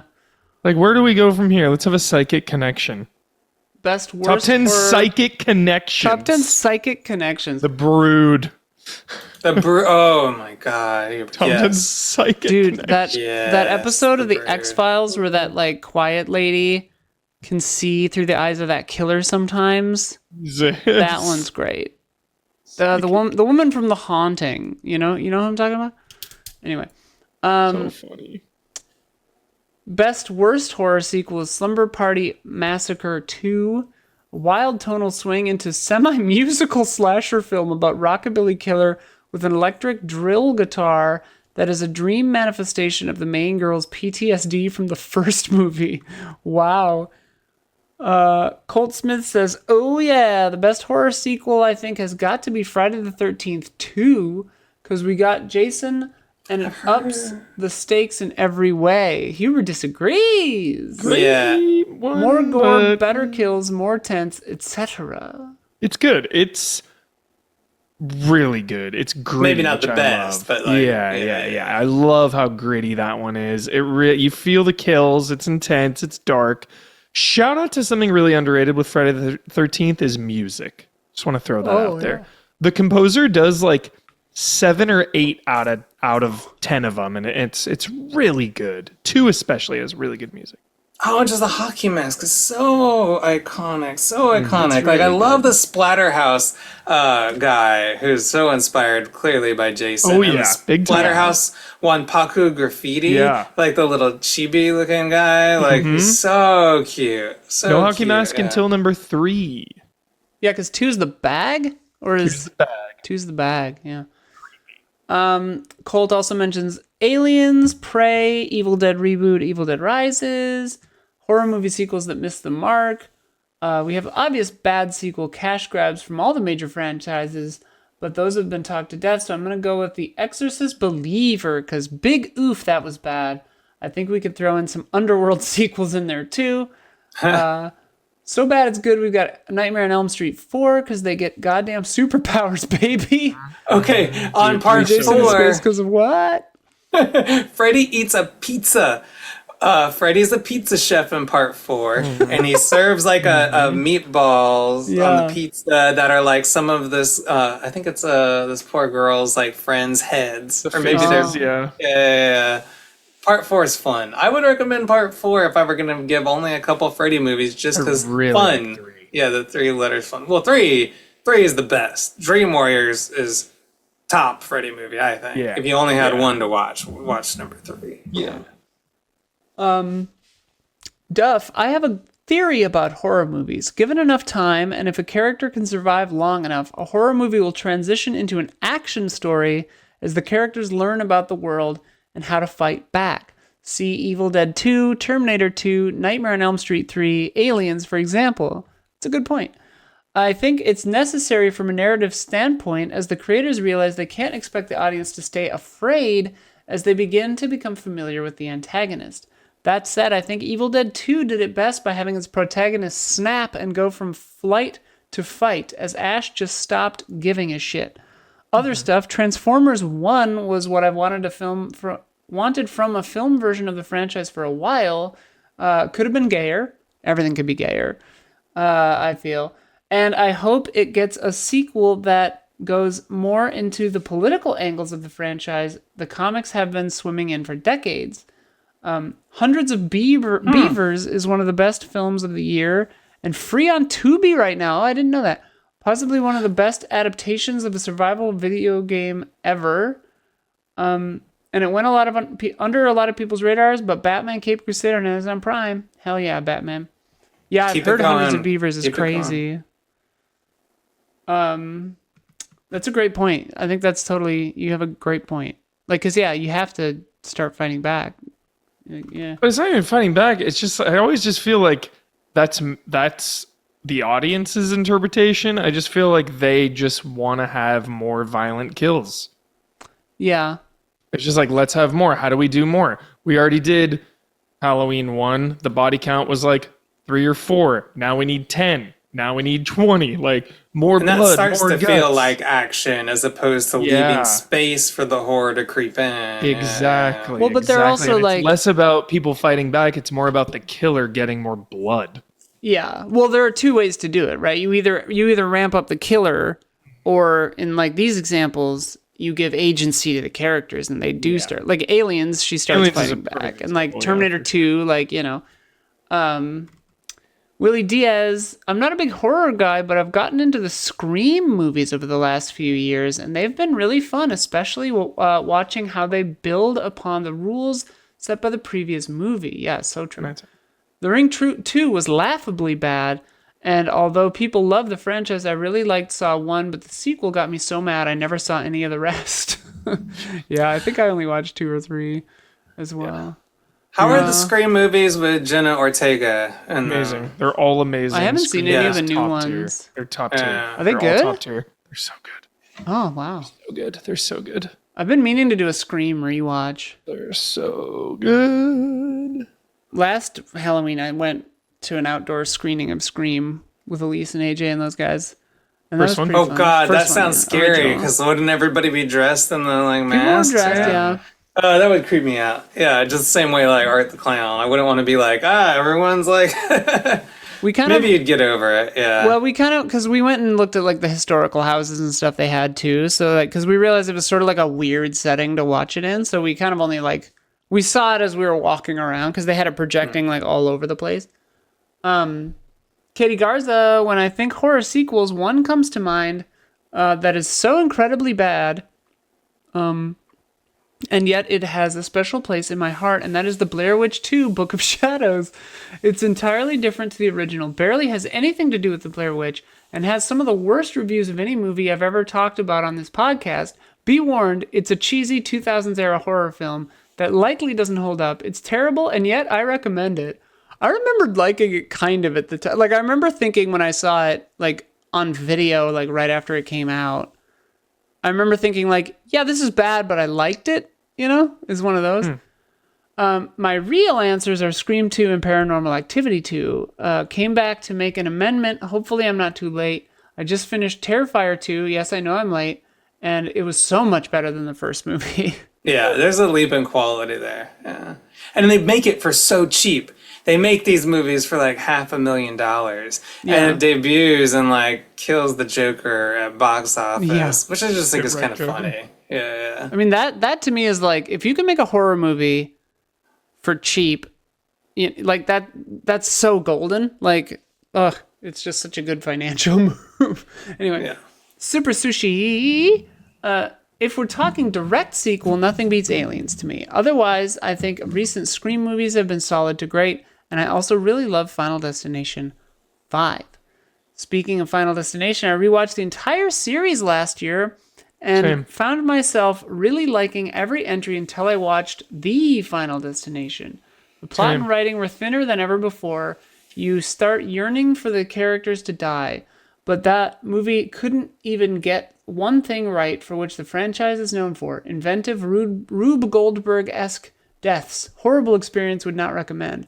Is that the one with the cool twist ending, or is that 5? Don't say what it is. 5? Okay.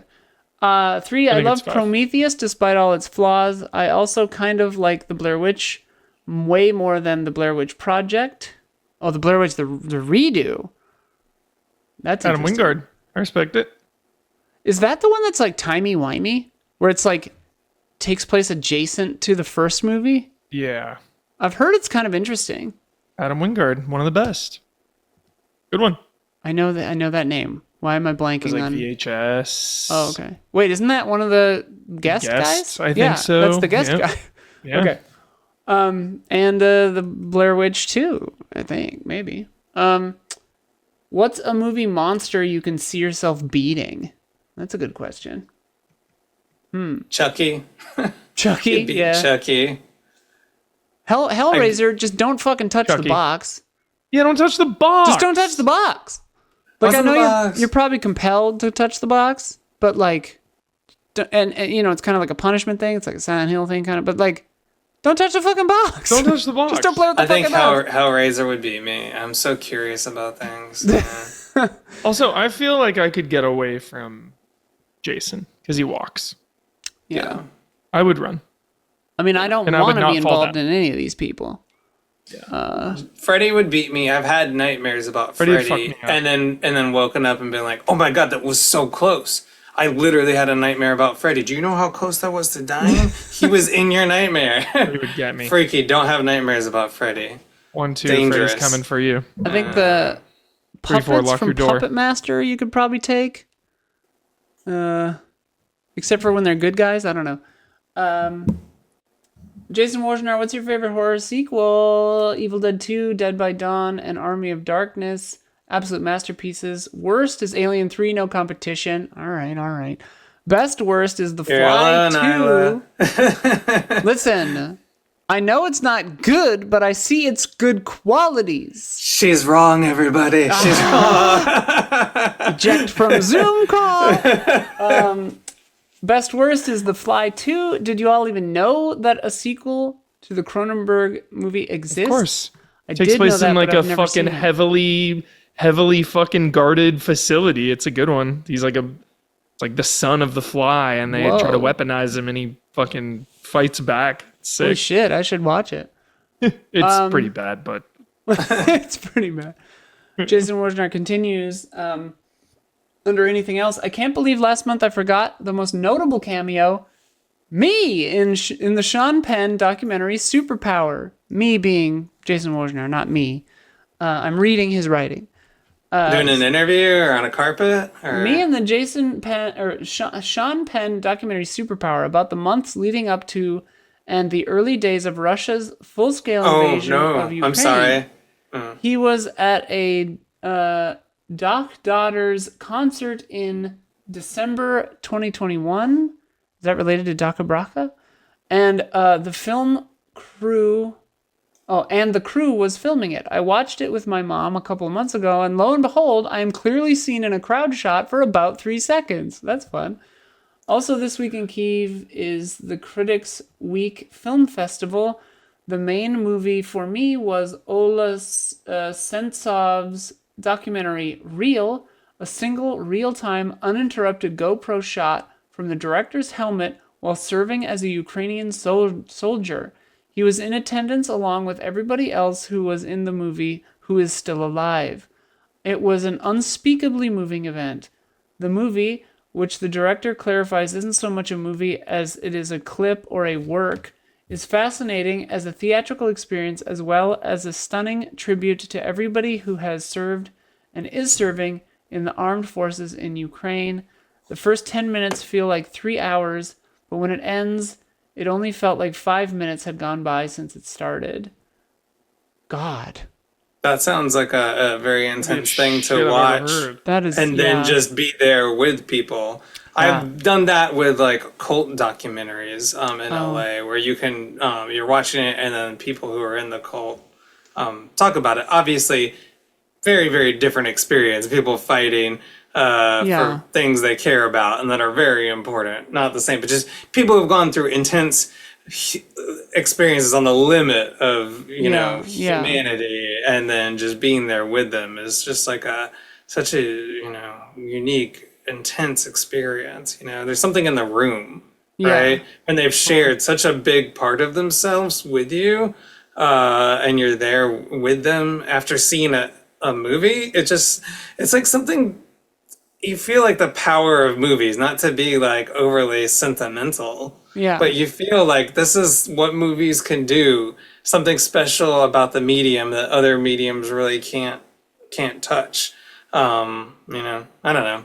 Sorry if I'm really stepping on your comment there. No, it sounds like you had your own unique experience. Who wrote in? So but no, I think. Thank you for sharing that. Yeah.